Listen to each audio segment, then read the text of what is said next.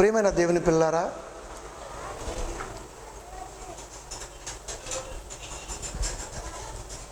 ఈ అంశం చాలా జాగ్రత్తగా ఆలోచించాలి. ఎందుకంటే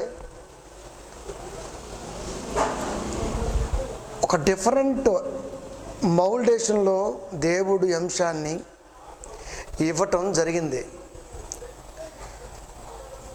చాలాసార్లు ఈ రిఫరెన్స్తో మాట్లాడాను, కానీ మాట్లాడి వెళ్ళిన తర్వాత నాకు అనిపిస్తూ ఉండేది, ఇది ఇప్పటికీ తికమగ్గా ఉంటుంది ఏంటి అని. చాలాసార్లు ఆలోచించిన దీని గురించి పరిపూర్ణంగా చెప్పాలి అని దేవుని ఉద్దేశంలోకి రావటం జరిగింది. కనుక ప్రియమైన దేవుని పిల్లారా, నేను మీకు రుణస్థుడును అనగానే మనకు అర్థమైనటువంటి భాషలో లేదా మనం ఆలోచిస్తున్నటువంటి ఆలోచనలో రుణము అనగానే మనం ఏదో అవసరానికి తీసుకున్నామని, అది తీర్చాలి కనుక రుణము అని మనిషి అనుకున్నాడు. అది మనిషికి అర్థమైన రుణం, ఇది మనిషికి అర్థం కాని రుణం. ఎందుకంటే ప్రియమైన దేవుని పిల్లారా, ఇప్పుడు ఎవరికి రుణం ఉన్నామయ్యా అంటే, డబ్బులు ఎవరైనా అప్పిస్తే వాళ్ళకు రుణం అనుకుంటాం మనం. బైబిల్ ఎప్పుడు డబ్బులు ప్రస్తావన గురించి మాట్లాడదు. అలా మాట్లాడటానికి దేవుడు ఇష్టపడడు కూడా. ఇది కాదు రుణం. కనుక రుణం అంటే ఏమిటో, నేను మీకు రుణస్థుడను అని ఎవరన్నారో మనం ఆలోచించాలి. నేను మీకు రుణస్థుడను అని దేవుడు అన్నాడు,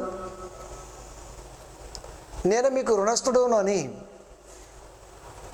యేసుక్రీస్తు వారు అన్నారు, నేను మీకు రుణస్థుడను అని రాసిన ప్రవక్తలు అన్నారు, నేను మీకు రుణస్థుడను అని ప్రారంభ శతాబ్ద కాలంలో శిష్యులు అన్నారు, నేను మీకు రుణస్థుడును అని బైబిల్ పట్టుకున్న బోధకుడు అనడు, బైబిల్ వినడానికి వచ్చినటువంటి విశ్వాసులు అనరు. రుణం, దేవుడు మనిషికి రుణం ఉన్నాడా అంటే, దేవుడు మనిషికి రుణం ఉన్నాడు. దేవుడు మనిషికి రుణం ఉన్నాడు. ఏంటి ఆ రుణం? దేవుడు మనకు రుణం ఉండటం ఏంటి? దేవుడికి మనం కదా రుణం ఉండాల్సింది. యేసుక్రీస్తు వారికి మనకు రుణం ఉండటం ఏంటి? మనం కదా యేసుక్రీస్తు వారికి రుణం ఉండవలసింది. అపోస్తలుడైన పౌలు దేవుణ్ణి ఆలోచన తీసుకొని, నేను మీకు రుణస్థుడును అన్న మాట మనం చదువుకుంటాం బైబిల్లో. ఇప్పుడు దేవుడు మనిషికి ఎలా ఉంటాడు రుణం అంటే, దేవుడు ఇంకా ఏదైనా మనకు చెయ్యాలా? చేయాలి. దేవుడు మనకు చేయాలి. సృష్టిని కలిగించాడు కదా, అంతటితో దేవుని రుణం తీరిపోయిందా? దేవునికి మనకు రుణం తీరిపోయిందంటే తీరదు. మనిషికి దేవుడికి మధ్య ఎప్పుడు ఒక ఒడంబడిక ఉంటుంది, ఒక ఆలోచన ఉంటుంది. తన పిల్లల్ని ఎలా చూసుకోవాలో సాతాను జల్లెడ పడుతున్నప్పుడు దాని నుంచి బయటకు తీసుకురావాలి అని దైవ ఆలోచన మనిషి మీద ముడిపడి ఉంటుంది. అది తీరేంత వరకు దేవుడు రుణస్థుడే మనకి. అది తీరాలి. అది తీర్చడానికి దేవుడిచ్చేటువంటి వాక్యాన్ని పట్టుకొని ముందుకు సాగుతున్నప్పుడు, కాలగమనములో అది ఎప్పుడు తీరుతుందో మనిషి దేవుళ్ళకి వచ్చి తెలుసుకున్న తర్వాత అది తీరిందనుకోండి, మనం దేవుడి రుణం. కొంచెం కన్ఫ్యూజ్గా ఉంటుంది. చాలా జాగ్రత్తగా మనసు పెట్టి ఆలోచించాలి, అప్పుడే అర్థమవుతుంది. ఇక యేసుక్రీస్తు వారు వచ్చిన తర్వాత సర్వలోకానికి వెళ్ళి సర్వ సృష్టికి సువార్త ప్రకటించండి అని చెబుతున్నాడంటే, సర్వలోకానికి వాక్యం వెళ్ళాలి. అది ఆయన రుణం, రుణస్థుడు. వాక్యం వెళ్ళకపోతే కష్టం. కనుక సర్వలోకానికి వాక్యం వచ్చింది, ఆయన రుణం తీరిపోయింది. ఎవరి ద్వారా తీరింది? ఆయన రుణం తీర్చుకోవాలి అనుకున్నటువంటి వారు స్వార్థను ఎక్కువగా తీసుకెళ్ళడం వలన సర్వలోకానికి స్ప్రెడ్ అయిన తర్వాత ప్రారంభ శతాబ్ద కాలంలో భక్తుల యొక్క రుణం తీరిపోయింది. అలా బాధ్యత ఇక ఆయా భాషల్లోకి, ఆయా ప్రాంతాలకి, ఆయా దేశాలకి బైబిల్ ఎప్పుడైతే వచ్చిందో పట్టుకున్న తర్వాత ఇప్పుడు మనవంతు వచ్చింది కనుక ఇప్పుడు మనం ఎవరికి రుణం అన్నది మనం ఆలోచించాలి. అంటే వారి ఫస్ట్ లోకానికి దేవుడు దిక్కు, ఆ తర్వాత యేసుక్రీస్తు వారు, ఆ తర్వాత పరిశుద్ధాత్మ దేవుడు, ఆ తర్వాత ప్రారంభ కాలపు బోధకులు యేసుక్రీస్తు వారిని అంటుపెట్టినటువంటి శిష్యులు, ఆ తర్వాత మనవంతు. అది మనకు అర్థమైంది కనుక అదే యాంగిల్లో ఇలా రుణాన్ని పొర్లించుకుంటూ వస్తే మన దాకా వచ్చింది. ఇప్పుడు మనం ఎవరికి రుణంగా ఉన్నాం? మనం ఎవరికి మనం రుణం? అందుకనే ఎవరికి రుణం ఉన్నామో తెలియాలంటే 2 జీవితాల మధ్య ఆలోచన మనకు తెలిసి ఉండాలి. 1 క్రీస్తులోకి రాకముందు, 2 క్రీస్తులోకి వచ్చిన తర్వాత కాదు, క్రీస్తుతో. ఇది రుణం. క్రీస్తులోకి రాకముందు మనమే, మాట మనదే, మనిషి మనమే, ఆలోచన మనదే, ప్రాంతాలు మనమే, అన్నీ మనమే.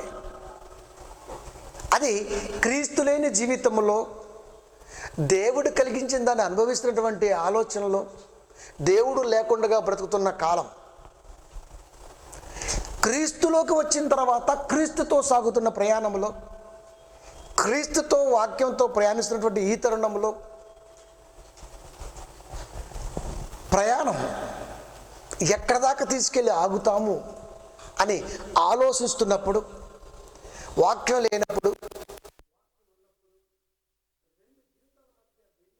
ఏమన్నా బేరీజు వేయగలిగితే అక్కడ కాపాడాడు, ఇక్కడ కాపాడాడు. అక్కడ కాపాడాం, ఎప్పుడు వీడు నాలోకి వస్తాడా? దేవుళ్ళకి వచ్చేంత వరకు మనకు రుణంగా ఉన్నాడు దేవుడు. నేను వాడికి రుణస్తుడను, వాడు నాలోకి వచ్చేంత వరకు నేను వాడికి రుణం. ఆ రుణం గుర్తుంచుకోవాలి వాడు అని తెలుసుకున్నటువంటి మనిషి వాక్యంలోకి వచ్చిన తర్వాత, క్రీస్తులోకి వచ్చిన తర్వాత, క్రీస్తుతో ప్రయాణం అవుతున్నప్పుడు సాగుతున్న ఈ బ్రతుకులో ఆ బ్రతుకును కాపాడిన దేవుడు రుణస్థుడుగా భావించి కాపాడాడు. ఈ బ్రతికిచ్చిన దేవునికి నేను ఎలా రుణం తీర్చుకోవాలని మనం ఆలోచించాలి. కనుక కన్ఫ్యూజ్ ఉంటుంది. ఎంత కన్ఫ్యూజ్ అంటే అంత కన్ఫ్యూజ్ ఉంటుంది. అందుకే 66 పుస్తకాల మీద పరిపూర్ణంగా అవగాహన ఉండి తీరితేనే ఖచ్చితంగా మనం దాన్ని డీకోడ్ చేయగలం. అందుకే పౌలు గారు మాట్లాడుతున్న ఓ మంచి మాటని ఈ క్షణంలో మనం ఆలోచించగలిగితే, రోమా సంఘానికి ఉత్తరాన్ని రాస్తూ 7వ అధ్యాయము 14 నుంచి 18 వరకు ధర్మశాస్త్రము ఆత్మ సంబంధమైనది. ధర్మశాస్త్రము అనగానే మోషే గారు రాసింది మాత్రమే కాదు, గుర్తుపెట్టుకోండి. పంచకాండాలు అంటే ఎప్పుడు ఎక్కడ ఎలా మాట్లాడాలో అలాగే మాట్లాడాలా. ధర్మశాస్త్రం అనగానే పంచకాండాలు కాదు, పాత నిబంధన మొత్తం. అది ఇక్కడ పాత నిబంధన తీసుకుందాం. ధర్మశాస్త్రము ఆత్మ సంబంధమైనది. అంటే ఎవరిచ్చారయ్యా అంటే దేవుడు ఇచ్చాడు. ఆత్మ అనగా దేవుడు, ఆత్మ కనుక కాబట్టి ఎవరిచ్చారయ్యా అంటే దేవుడు ఇచ్చాడు. కాబట్టి దైవ సంబంధమైనది. ఆది కాండము నుండి మలాకి వరకు పాత నిబంధన మొత్తం దైవ సంబంధమైనది అని మాట్లాడుతూ ఎరుగుదుము. అంటే మనకు తెలుసు ధర్మశాస్త్రము ఆత్మ సంబంధమైనదని మనకు తెలుసు. ఎరుగుదాం అంటే తెలుసు. అయితే అంటే ఏదో చెప్పాలి అని పూనుకున్నాడు.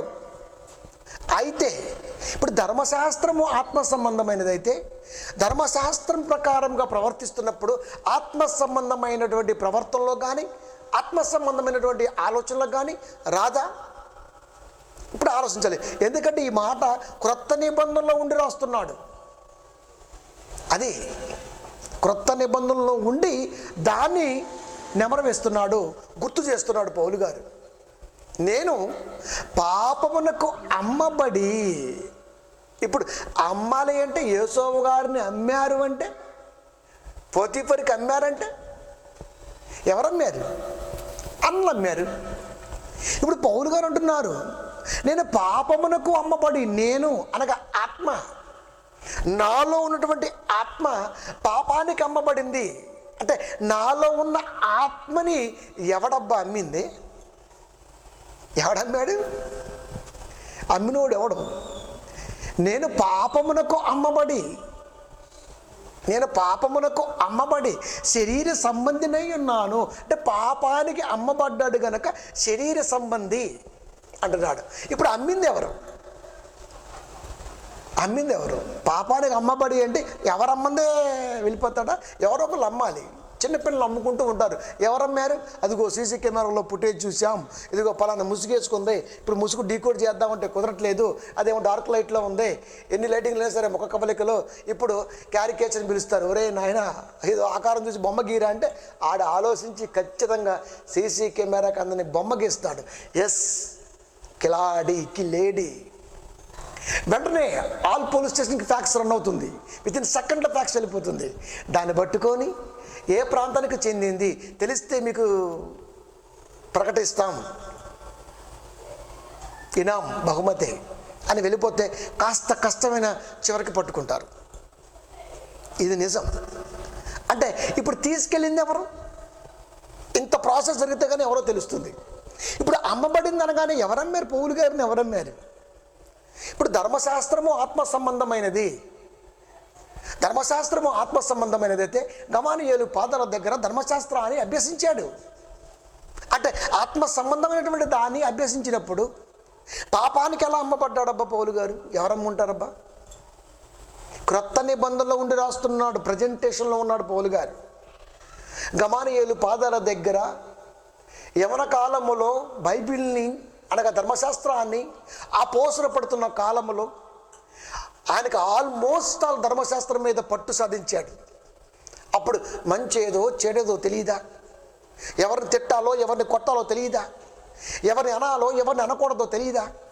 అన్నీ తెలుసు కదా. మరి తెలిసిన తర్వాత కూడా ఆయన క్రొత్త నిబంధనకు వచ్చిన తర్వాత అంటున్న మాట ఏంటయ్యా అంటే, నేను పాపమునకు అమ్మబడి, నన్ను నమ్మింది ఎవరు? ఎవరు అమ్ముతారండి? ఎవరమ్మాలి ఆయన్ని? ఎవరమ్మాలి? ఏ దేశానికి అమ్మారంటే చెప్పొచ్చు. ఎవరికి?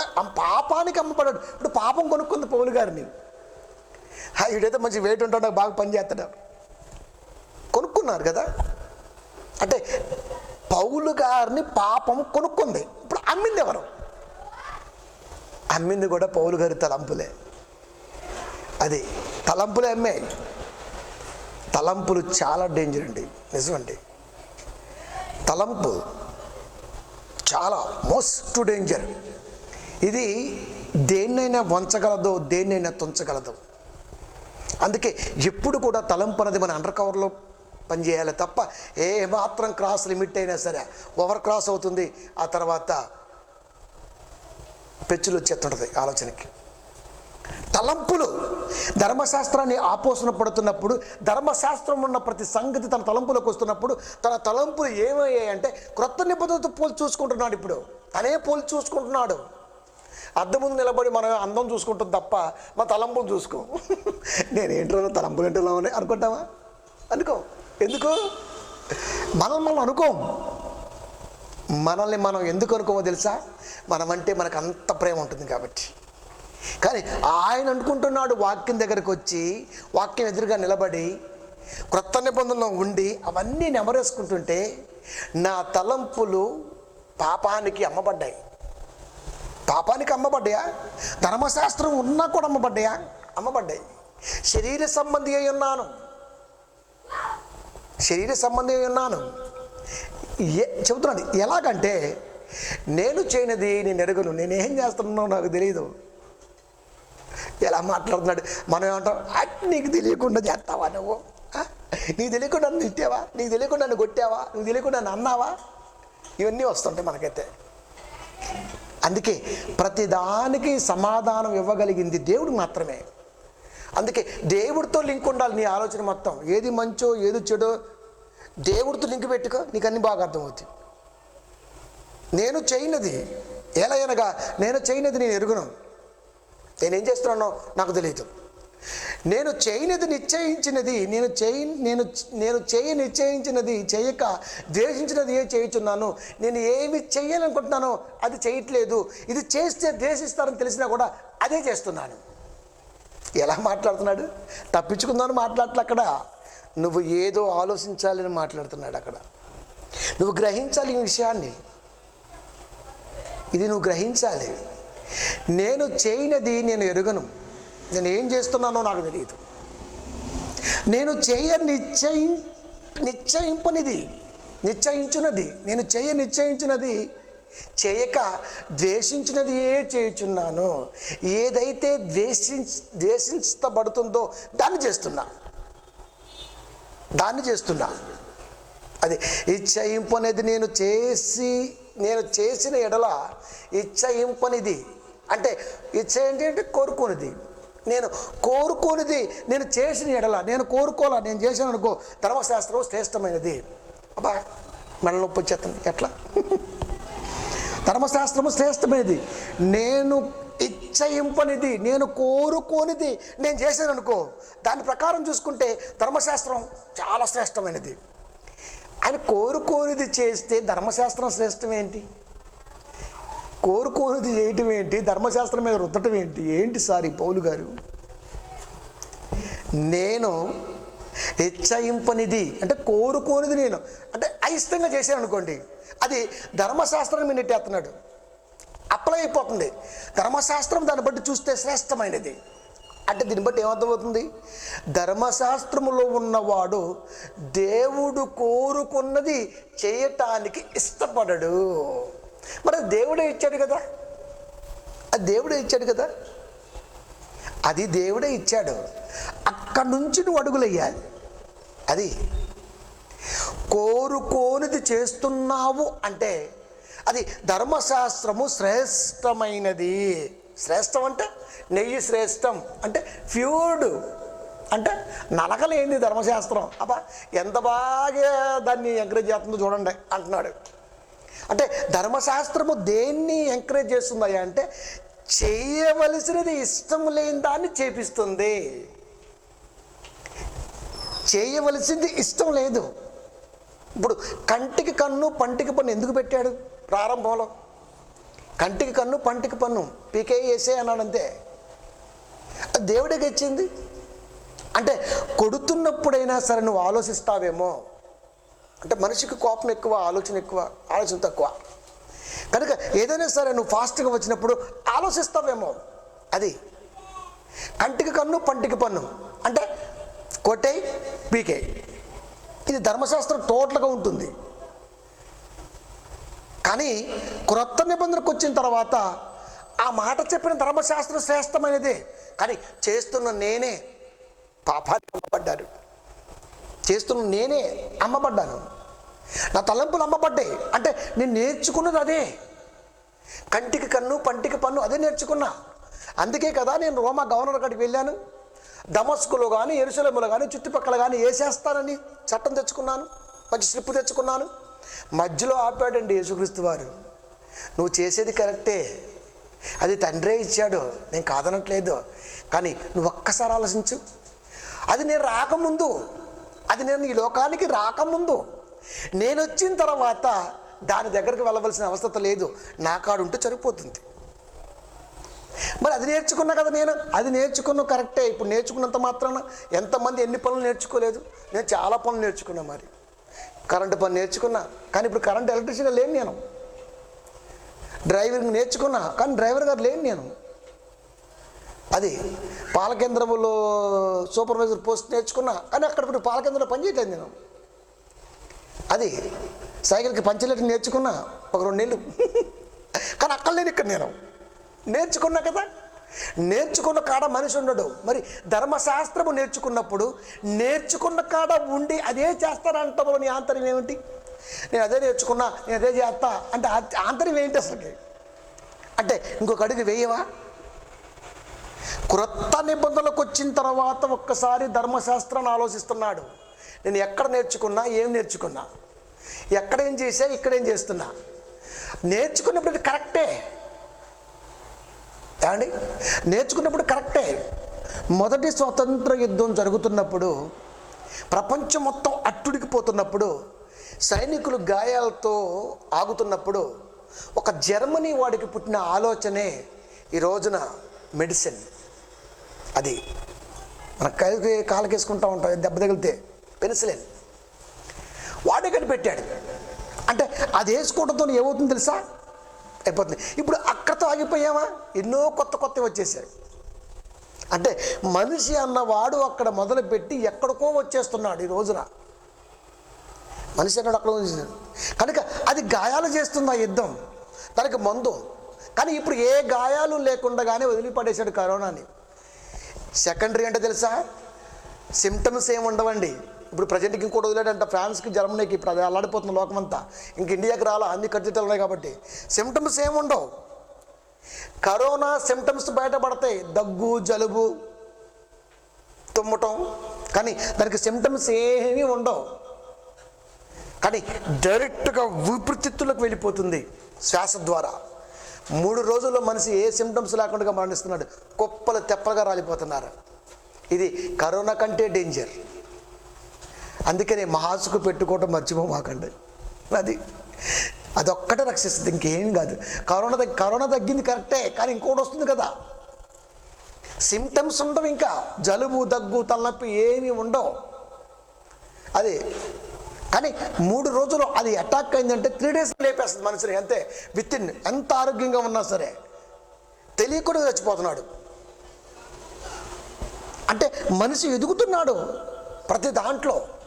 కానీ ఈ రోజున ధర్మశాస్త్రమే నేర్చుకొని అక్కడే ఉండి అక్కడే పాటిస్తూ అక్కడే మరణిస్తూ మాకు కూడా దక్కుతుంది పరలోకం అని మాట్లాడటం ఎంతవరకు కరెక్ట్? ఎంతవరకు కరెక్ట్? ఇస్మాయిల్ మరణించి తన పితరెందుకు చేర్చబడ్డాడు? ఇస్మాయిల్ పితరులు ఎవరు? అబ్రహం గారి పితరులే. అబ్రహం గారి పితరులు ఎవరు? పరదేశంలో ఉన్నవారే. ఇప్పుడు ఇస్మాయిల్ ఎక్కడున్నాడు? పరదేశంలో ఉన్నాడు. పితరుల యొద్దకు చేర్చబడ్డం అంటే పరదేశంలో ఉన్నట్టేనా? ఇప్పుడు దావీదు గారు అన్నారు పితరుల యొద్దకి, అబ్రహాము గారు అన్నారు, ఇస్సాకు గారు వెళ్ళారు కాబట్టి ఇప్పుడు ఇస్మాయిల్ కూడా వెళ్తాడా? ఏమో చెప్పలేం. దేన్ని బట్టి తీసుకోవాలి? ఇప్పుడు ఇంత అన్క్లారిటీగా ఉంటుంది ఆలోచన. కనుక ప్రియమైన దేవుని పిల్లారా, ధర్మశాస్త్రము శ్రేష్టమైనదైనట్టు ఒప్పుకుంటున్నాడు. ధర్మశాస్త్రము శ్రేష్టమైనది. ధర్మశాస్త్రము ఆత్మ సంబంధమైనది. ఆత్మ సంబంధమైన ధర్మశాస్త్రము శ్రేష్టమైనది. ఆత్మ సంబంధమైన ధర్మశాస్త్రాన్ని ఆపోసన పట్టిన నేను దమస్కు మార్గ మధ్యాహ్న యేసుక్రీస్తు వారు ఎప్పుడైతే నా కనుల పొరలు రాయించాడో తీసుకెళ్ళి చర్మకారుని ఇంట పెట్టినప్పుడు, అన్నయ్య వచ్చి ప్రార్థన చేసినప్పుడు నాకు ఒక్కసారి కన్నుళ్ళు పొరలు రాలాయంటే ఇలా గుడ్డోడైపోయి పొరలు రాలని చెప్పి సినిమాలో చూపించారు. ఒరే గుడ్డినా బిడ్డ, దాని అర్థం అది కాదు. దాని అర్థం అది కాదు. ఆయన కూడా నాకేం కనబట్టలు అంటాడు. కనబట్టం అంటే మబ్బు వచ్చేసింది. ఇప్పుడు కన్నుల పొరలు రాలాయి అంటే ఆ మబ్బు తొలగిపోవటం కాదు, ధర్మశాస్త్రం తొలగిపోయింది. అది చెప్పాలనుకున్నాడు అక్కడ. ఏ తలంపులైతే నింపుకొని ఉన్నానో ఆ తలంపులతో ప్రయాణం అవుతుంటే ఆ తలంపులకు దేవుడు అలా జస్ట్ పొరేసాడు. చర్మకారుని ఇంట తిన్నని మార్గములో చర్మకారుని ఇంట ఎప్పుడైతే ఉంచాడో అప్పుడు అననీయ వచ్చాడో, ప్రార్థన చేశాడో, రాలిపోయింది కనుల పొరలు అనుకున్నాడు. కానీ తలంపులో ఉన్న ఆలోచనకు వెళ్ళలేకపోయాడు. అందుకే అమ్మబడి అన్నాడు ఆయన. అమ్మబడి. మనం అనుకున్న కళ్ళు పోయేయండి, ప్రార్థన చేస్తే కళ్ళు వచ్చేయండి. మరి ఇప్పుడు ఏం చేశావు? కళ్ళు వచ్చాయి కాబట్టి ఇప్పుడు వాక్యం చదవడం ప్రారంభించాడు. అప్పుడు చదివినప్పుడు అలా ఉందేంటి, ఇప్పుడు చదివితే ఎలా ఉంటుంది ఏంటి అంటే కనుల పొరలు రాలితే కానీ అర్థం కాదా? అర్థం కాదు. దమస్కు మార్గ మధ్యాహ్న తలంపులు రాలిపోయాయి. అది మనకు అర్థం కావటం కొరకు కనుల పొరకు ఏమీ కనబడట్లేదా? అలా అది తీసుకొని గుడ్డివాడికి కళ్ళు వస్తాయి, వాడికి కళ్ళు వచ్చాయి, లోకాన్ని చూస్తున్నాడు. కానీ వాడు లేడు కదా దేవుళ్ళో. రాలాల్సింది కనుల పొరలు కాదు, తలంపుల పొరలు. ఆ తలంపుల పొరలు రాలాయి కాబట్టే అంత డిఫరెంట్ యాంగిల్లో క్రొత్త నిబంధనలో ఉండి తన పాత జీవిత కాలపు ప్రయాణాన్ని రాస్తున్నాడు. అమ్మబడి అంటే అర్థం ఎవరమ్మారు? ఎవరమ్ముతారు? తలంపులు అమ్మాయి. దేనికి? శరీర సంబంధానికి. కంటికి కన్ను పంటికి పన్ను నేర్చుకున్న కదా, అదే చేయి. అది చేయటం కొరకే కదా పర్మిషన్ తీసుకుంది, అది నిర్వర్తించడం కొరకే కదా ప్రయాణమే వస్తున్నది. ఎవరి కొరకు? అప్పుడు ఒకే ఒక్క మాట, నన్ను ఎందుకు హింసిస్తున్నావు? అంతే. ఒక్కసారి పొర రాలిపోయింది. అంటే వాక్యములో ఉన్నది ఎవరయ్యా అంటే క్రీస్తుని అర్థమైపోయింది ఆ క్షణాన పౌలు గారికి. క్రీస్తా అంటే ధర్మశాస్త్ర సంబంధమైనటువంటి ఆలోచనలో దేవుడు రాయించిన భావం అర్థం కాలేదా? అర్థం కాల. అందుకే శ్రేష్టమైనది. ధర్మశాస్త్రాన్ని తక్కువ చేసి మాట్లాడట్లా, ఆత్మ సంబంధమైనది కాబట్టి తక్కువ ఎలా చేస్తాం? అర్థం చేసుకోవడంలో ఫెయిల్ అయ్యా అని చెప్పుకుంటున్నాడు అక్కడ. అర్థం చేసుకోవడంలో ఫెయిల్ అయ్యా నేను. అందరిని అర్థం చేసుకుంటామండి మనం, కానీ వాక్యాన్ని అర్థం చేసుకోమండి బాబు. అది చిన్న పిల్లోడు క్విక్ అన్న ఈ క్షణాన్ని వీడికి బుజ్జిగాడికి జీఆర్బి నెయ్యితో అన్నం పెట్టాలి అని ఫిక్స్ అయిపోతాం మనం. లేదా మేగడేసి పెట్టాలి, లేదా పెరిగేసి పెట్టాలి, లేకపోతే మొత్తం పిసికి ఏళ్ళతో నాకించాలి, ఇలా ఫిక్స్ అయిపోతాం. తల్లిదండ్రులకు బాగా ఎక్స్పీరియన్స్ ఇది. కానీ వాక్యం దగ్గరికి వచ్చిన తర్వాత వాక్యం మన గుండెని పిండకపోవటం వలన, పిసకపోవటం వలన బహుశా ఇది మనకు అర్థం కాకపోతుందేమో. అంతే కదండి. మరి ఇంత స్పష్టంగా దేవుడు ఇస్తున్నాడు కదా, ఇంత రెండు యాంగిల్. అది ఏలైనగా నేను చేసేది మాత్రం నేను కాదు, నాకు ఇష్టం లేకుండా చేస్తున్నా, కానీ ధర్మశాస్త్రం శ్రేష్టమైనది. అంటే ఇష్టం లేకుండా చేస్తున్నాను అంటే నేను రోమా గవర్నర్ నుండి పర్మిషన్ తీసుకొని యెరూషలేము ప్రాంతానికి వస్తున్నప్పుడు దమస్కు మార్గ మధ్యాహ్నం యేసుక్రీస్తు వారు ప్రత్యక్షమయ్యి నాకు బోధ చేయకపోతే నిజంగా నాకు ఈ విషయం అర్థమయ్యేది కాదు. అంటే నాకు ఇష్టమైంది కాదు అది, కానీ ధర్మశాస్త్ర ప్రకారం చూస్తే అది ఇష్టమైందే. అపరిచితుడు ఒప్పుకొనుచున్నాను కావున ఏకను దాన్ని చేయనది నా యందు నివసించి పాపమే కానీ నేను కాదు. ఇష్టం లేనిది చేస్తున్నానంటే అది నా యందు నివసించి పాపమే. అంటే ధర్మశాస్త్రములో ఉన్నటువంటి నేను చేస్తున్నది ఏంటయ్యా అంటే పాపం. పాపానికి అమ్మబడింది నా తలంపు. నా తలంపు శరీరం కొనుక్కున్నది, శరీర సంబంధమై దానితో సహవాసం చేస్తుంది. నా తలంపు శరీర సంబంధంగా మారిపోయింది. కానీ క్రీస్తు వారిలోకి వచ్చిన తర్వాత నేను ఆత్మ సంబంధిగా మారటం జరిగింది. అంటే రెండు జీవితాలు ఆ కాలంలో చేస్తున్న దేవుడు కరుణించాడు. ఎప్పుడు వస్తాడా వీడు వచ్చేంతవరకు కూడా దేవుడు చాలా బాధపడుతుంటాడు. అది ఈయన్ని నమ్మి పంపాను తల్లి గర్భంలోకి. కానీ నేను లేకుండా తిరుగుతున్న ఆ కాలంలో వాళ్ళకు ఒక మాట ఇచ్చా నేను. ఏమన్నా తెలుసా? నిన్ను బైబిల్ దగ్గరకు తీసుకొచ్చిందాక విడవను ఎడబాయనరా అని.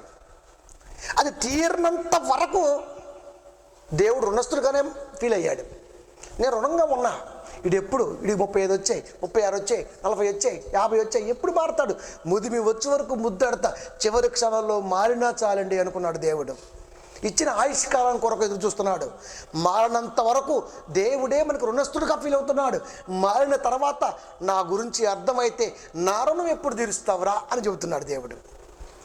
నా రుణం ఎప్పుడు తీరుస్తావు? నీ రుణం తీరిపోయింది. దేవుడు తల్లి గర్భంలోకి పెట్టి మనల్ని పంపి గుర్తెరిగేంత వరకు కూడా కాసి కాపాడాడు. అది పాత జీవితం. మనకు రుణంగా ఉన్నాడు, తన రుణం తీర్చుకున్నాడు, వాక్యం దగ్గరకు తీసుకొచ్చి వదిలేశాడు. ఇప్పుడు ఇక్కడ ప్రారంభమైంది. ఇప్పుడు వాక్యానికి వచ్చిన తర్వాత మనము దేవుని రుణాన్ని ఎలా తీర్చుకోవాలి, ఇప్పుడు ఆయన రుణం ఎలా తీర్చుకోవాలి అంటే నిజంగా దేవుడి రుణం తీర్చుకోవడం చాలా కష్టం అండి. ఎప్పుడు అర్థమవుతుంది మనకి? ఇప్పుడు ధర్మశాస్త్రం అంటే క్రీస్తు లేని జీవితం. అంటే బాప్తీసం పొందుకోకుండా లోకములో ఉన్న ప్రయాణాల్లో కాపాడాడు, ప్రాబ్లంలో కాపాడాడు, సమస్యల్లో కాపాడాడు, ఇరుకుల్లో ఇబ్బందుల్లో కాపాడాడు, అన్ని విషయాల్లో కాపాడుతూనే ఉన్నాడు. కాపాడుతున్నాడు అంటే నువ్వు తెలుసుకునేంత వరకు నిన్ను కాపాడుతాడు. ఇప్పుడు తెలుసుకున్న తర్వాత నువ్వు కాపాడాలి. అది అక్కడితో ఆగిపోతుంది. అక్కడి నుంచి ఒక కొత్త ఆలోచన. ఇక ఈ బాధ లేదు దేవుడికి. అమ్మయ్య తెలుసుకున్నాడు కదా, ఇంకే బాధ లేదు. ఇప్పుడు వీడికి ఇంకా తెలియజెప్పవలసినవి ఉన్నవి అంటే ఒక పీరియడ్ అయిపోయింది. ఒక మంచి పీరియడ్లోకి నువ్వు రావడం కొరకు దేవుడు కాచి కాపాడాడు. అది ధర్మశాస్త్రం. వచ్చిన తర్వాత ఏంటి? వచ్చిన తర్వాత ఏంటి? కనుక ఇప్పుడు మనం ఆలోచిస్తే, అయ్యో కొట్లాటకి వెళ్ళాను, నేను మంచి ఫ్యాక్షనిస్ట్గా ఉన్నాను, మంచి నక్సలైట్గా ఉన్నాను, జనజీవన సముద్రంలోకి వచ్చాను అంటే ఆ జీవితాన్ని ఆలోచిస్తే నాలాంటి ఎందరో సహోదరులకు నేను హానికరుడుగా ఉన్నాను. అది నాకు ఇష్టమే చేసే ఆ రోజు నేను. కానీ ఇప్పుడు స్థితిని బట్టి చూస్తే అది నాకు చాలా కష్టం అనిపిస్తుంది, బాధ అనిపిస్తుంది. ఆ జీవితంలో అప్పుడున్న స్థితిలో అది రైటే, అది రైటే, అది రైటే. కానీ ఇప్పుడు ఇలా చేశానా? నా వల్ల ఇంత ప్రాబ్లం ఉందా? నా వల్ల ఇన్ని సమస్యలా? నేనే ఒక సమస్యగా ఉన్నానా? ఇప్పుడు ఆలోచిస్తున్నాడు. అంటే అన్ని సమస్యలు సృష్టించినా, నువ్వు ఎన్నుకున్నది కరెక్ట్ కాకపోయినా, నువ్వు అనుకున్నది కరెక్టే, నువ్వు ఆలోచనలో ఉన్నా, దేవుడు అది దాన్ని ప్రేమించాడు, నిన్ను కాపాడాడు. నువ్వు ఎవరినో ఒకరిని ఏసి పడేసి వస్తున్నా నిన్ను క్షేమంగా ఇంటికి చేర్చాడు దేవుడు. అది ఏది చూడకోకుండా. అయినా సరే క్రీస్తులకు వచ్చేంతవరకు దేవుడు నిన్ను కాపాడుతూనే ఉన్నాడు. స్టెఫెన్ చంపి పడేస్తే కాళ్ళ దగ్గర సాక్ష్యం అటు చూస్తున్నాడు అంతే. చచ్చాడా? చచ్చింటాడు. అంటే చంపిన వాడికి ఎంత పాపం ఉన్నదో చూసిన వాడికి కూడా అంతే పాపం ఉన్నది. కానీ అది దేవుడు ఆ భాగం ఇవ్వలా, దేవుడు అది ఇవ్వలా. సరే వదిలే. ఇప్పుడు స్టెఫెన్ ఎలా చనిపోయాడు నీకు తెలుసు కదా. ఇప్పుడు నువ్వెలా చనిపోవాలని నేర్పుతలే, అది నేర్పాలి కాబట్టే నువ్వెన్ని చేసినా కాపాడాను రా. నిజమంటే దేవుడు చాలా ప్రేమపడండి బాబు. అసలుకి ఎందుకంత ప్రేమిస్తాడు తెలుసా? ఒక్కడ కావాలి అలాంటోడు. అది ఆ జీవిత కాలములో ఉన్నటువంటి దానిని గుర్తెరిగి ఈ జీవిత కాలములో ఉన్న దాన్ని నెమరు వేసుకుంటూ దాన్ని తలుసుకొని దీన్ని ముందుకు తీసుకెళ్తూ సాగుతున్న జీవితమే రుణం. ఇదండి, అది గుర్తెరిగాడు ఆయన. అది గుర్తెరిగే ఈ మాట రాశాడండి. నేనేం చేస్తున్నానో నాకు తెలియదు,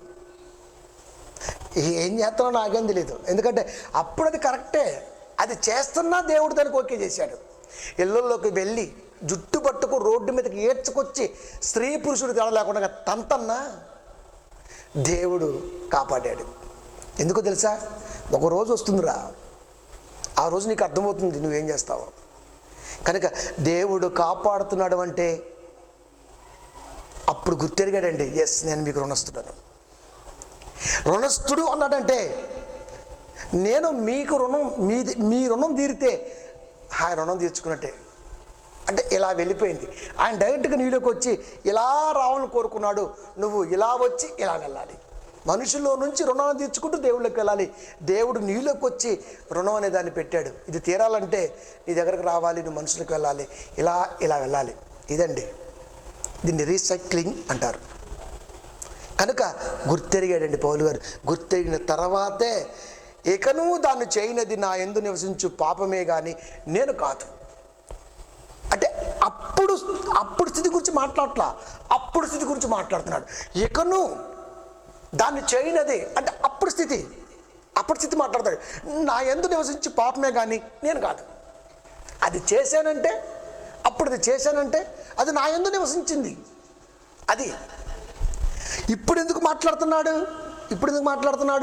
ఈ విషయాన్ని సంఘంలో ఎవడో ఒప్పుకోడురా, నువ్వు చెప్పురా అని చెప్తున్నాడు దేవుడు. అంటే రెండు జీవితాల మధ్య దేవుడు ఎంత ప్రేమని కనపరిచాడో చెబుతున్నాడు. ఇప్పుడు మనం ఆలోచిస్తే దేవుణ్ణి నమ్మనప్పుడు ఎలా ఉన్నాం, అయినా సరే ఎందుకు కాపాడాడు, దేవుళ్ళకి వచ్చిన తర్వాత ఎందుకు కాపాడుతూ నడిపిస్తున్నాడు అంటే అక్కడే మనకు అర్థం అవ్వాలి. ఎందుకంటే ప్రియమైన దేవుని పిల్లరా, దేవుళ్ళు లేనప్పుడు దేవుడే సాక్షాత్తు కాపాడాడు. దేవుళ్ళకి వచ్చిన తర్వాత నీ ప్రయాణములో ఇప్పుడు అయిన వారు కాపాడొచ్చు, ఆత్మీయులు కాపాడొచ్చు, అన్యులు కాపాడొచ్చు. కానీ కాపాడే బాధ్యతను ఎవరికొకరికి ఇస్తుంటాడు దేవుడు. అది అంటే దేవుడు ఎప్పుడు కూడా తనకు కావలసిన వాడిని వదులుకున్నట్టుగా 66 పుస్తకాల్లో కనపడదు. ఒకవేళ మనం ఎగ్జాంపుల్గా యోధాను తీసుకున్నా, యోధాను వదులుకున్న దేవుడు చాసిచ్చాడంతే. పట్టించినా సరే ప్రేమించాడు, ముద్దు పెట్టినా సరే నవ్వాడంతే. ఎక్కడైనా మారుతామేమో చూద్దామరా, ఎందుకంటే నేను ఎలాగ నిన్ను చూడలేను. కానీ యోధానే తొందరపడ్డాడండి. అది తొందరపడ్డాడా, తలంపులు తొందర పెట్టాయా? సెకండ్లో తీసుకునే నిర్ణయం చాలా ప్రమాదానికి దారితీస్తుందండి. నిర్ణయం అన్నది కూర్చొని ఆలోచించాలండి. అదే ఎంట్రీ బాటిల్ పెట్టుకొని, మంచిగా ఫుల్ బాటిల్ పెట్టుకొని, మంచిగా థమ్స్అప్ పెట్టుకొని, మంచిగా చికెన్ పెట్టుకొని, మంచి గడ్డెరపప్పు పెట్టుకొని, ఇవన్నీ పెట్టుకొని, అంటే మంచివి చెడువి రెండు మిక్స్ చేసి పెట్టుకొని ఫాస్ట్గా పాయసం తాగకూడదు. ఆలోచించాలి. ఇప్పుడు ఇది తిందామా, ఇది ఇంట్రీన్ చచ్చిపోతాం, ఇది మందు, ఇది హనీ, ఇది ఇష్టమైన ఫుడ్డు, ఇది జీడిపప్పు గుర్రం పెట్టే, ఇది పాయసం, ఇది 3 రోజుల ఫుడ్డు. ఇప్పుడు ఏం తిందాం? ఒక్కసారి 3 రోజుల ఫుడ్ తిందాం. ఎందుకంటే ఇది లేకుండా చాలామంది అల్లాడుతున్నారు. ఇందులో ఏది అంటుకున్నా సరే మన స్వార్థం అవుతుంది. ఇది అంటుకుంటే చచ్చిపోతాం, ఇది అంటుకుంటే కుటుంబం పాడైపోద్ది, ఇది అంటుకుంటే మనం పెద్ద బెళ్ళపెత్తుంటాం. ఇక పప్పులు తిన్నామంటే గుర్రం పెట్టినట్టే. కానీ పాసిపోయిన 3 రోజుల ఫుడ్డు అది ఒక్కసారి తినటానికి మనసు పెడితే కంపు చేతులన్నీ లజలజలాడుతుంటాయి. ఇది కూడా లేకుండా ఎంతమంది ఉండుంటారో అని ఒక ఆలోచన పుట్టిద్ది. వీటన్నిటిలో ఆలోచన పుట్టించేది బ్యాక్. కనుక ప్రియమైన దేవుని పిల్లారా, ఎప్పుడు కూడా నిర్ణయం అనేది చాలా 3 సంవత్సరాలు ఆలోచించి తీసుకోవాలండి నిర్ణయాన్ని. ఎప్పుడు కూడా నిజమండి, 3 ఏళ్ళు ఆలోచించాలి. నేను 2 ఏళ్ళు ఆలోచించా, 7 ఏళ్ళు ఆలోచించా. ఒక నిర్ణయం తీసుకోవాలంటే చాలా కాలం, లాంగ్ పీరియడ్ తీసుకోవాలండి. మనమేంటో టపటపా తీసేసుకుంటూ నిర్ణయాలని అవి పనిచేయమండి, ఫెయిల్ అయిపోతుంటాయి. క్షుణ్ణంగా పరిశీలించి పరిశీలనకు తీసుకొచ్చి ఇది చేస్తే ఫ్యూచర్కి ఎలా ఉంటుంది, లైఫ్ ఎలా ఉంటుంది, రాబోతున్న జనరేషన్కి ఎలా ఉంటుంది, అంటే పిల్లలకి ఎలా ఉంటుంది, ఇవన్నీ ప్లాన్డ్గా ఎవరు చెప్తాడండి? ఎవరు చెప్తాడు? మనమే ఆలోచించాలి. ఒక నిర్ణయం తీసుకుంటే రాబోతున్న ఫ్యూచర్కి ఎలాంటి పునాది పడుతుంది మనమే తీసుకోవాలి. అలా తీసుకోగలిగిన వాడే దేవుడికి ఉపయోగపడగలడు. ఫాస్ట్గా నిర్ణయాలు తీసుకుంటాం. మనం ఫాస్ట్గా నిర్ణయాలు తీసుకుంటే అంత ఫాస్ట్ అయిపోతుంటుంది, పాసిపోతుంటుంది. కనుక నిర్ణయం ఎప్పుడు కూడా చాలా స్ట్రాంగ్గా ఉండాలి. అది నిర్ణయానికి అంతుందా? అంతుంది. కనుక పాత కొత్త జీవితాలలో పౌలు గారు నిలబడ్డప్పుడు ఇప్పటి స్థితిని దృష్టిలో పెట్టుకొని అప్పటి స్థితిని ఇప్పటి స్థితితో బేరీజు వేసుకుంటూ అది చేయటం ధర్మశాస్త్ర ప్రకారం ఓకే, కానీ అది చేయటం కరెక్ట్ కాదు, శ్రేష్టమైనదే కానీ అది మంచిది కాదు అని మాట్లాడుతున్నాడు. అదే ఇప్పుడు థమ్స్అప్ తాగటం మంచిదే కదా, కాజులు తర్వాత ఇలాంటివి తినటం మంచిదే కదా, గుగ్గీలు గుర్రాలు పెట్టాయి మంచిగా అన్నీ బాగానే ఉంటాయి, కానీ మంచిది కాదు. ఎందుకంటే అసలు ఇది లేని వాళ్ళు ఉన్నారు. ఇది తినగలిగితే ఇవన్నీ కూడా మన ముందు బలాదూరే అని ఒక మంచి ఆలోచనలోకి పౌలు గారు రావటం అంటే నిజంగా దేవుడికి చాలా ఇష్టమైంది. ఏం ఆలోచించావా నువ్వు? ధర్మశాస్త్రం నేర్చుకున్నప్పుడు కూడా వేసేద్దాం తీసేద్దాం ఆలోచనలో ఉన్నా, నువ్వు వెళ్తున్నా, నీకు కోఆపరేట్ చేశా, ఇళ్ళకి వెళ్ళి జుట్టు లాక్కొచ్చావు, అయినా సరే నేనేమల్లా, రంపంతో కొయ్యబడుతున్నా ఎంజాయ్ చేసావు, అయినా నేనేమల్లా, సాక్షాత్తు నాకు ఉపయోగపడుతున్నటువంటి మొట్టమొదటి జయశాలి చనిపోయాడు, అయినా సరే నేనేమల్లా. ఎందుకంటే నీకు ఇవన్నీ అర్థం అవ్వాలి. ఇళ్ళల్లోకి వెళ్ళి కొట్టింది అర్థం అవ్వాలి, రంపంతో కోయబడుతుంటే చూసింది అర్థం అవ్వాలి, నీ ముందు మరణిస్తున్నా నువ్వేమీ చేతగాని వాళ్ళకు చూసామే అది నిన్ను ఆలోచింపజేయాలి. ఎప్పుడయ్యా అంటే అప్పుడు ఎంజాయ్. ఇప్పుడు ఏంటి అసలు ఇది వెనకాల ప్రణాళిక, అదండి దీంట్లో ఉన్న భావం మొత్తం. అది చెప్పాడు ఆయన రోమా సంఘానికి. అంటే ధర్మశాస్త్రాన్ని క్రొత్త నిబంధనని బేరేజీ వేస్తూ మాట్లాడుతూ ఉంటాడు. అందుకని డిఫరెంట్గా రెండు కొట్టుకుంటూ ఉంటాయి. అంత జాగ్రత్తగా ఆయన జీవితం గురించి వర్ణించాడు. అలా వర్ణించుకుంటూ సాగుతున్న ఆయన జీవితంలో పట్టుబడ్డాడు. అలా వర్ణించుకుంటూ సాగుతున్న ఆయన జీవితంలో పట్టుబడ్డాడు. సువార్త అంటే ఇష్టమైన టైం,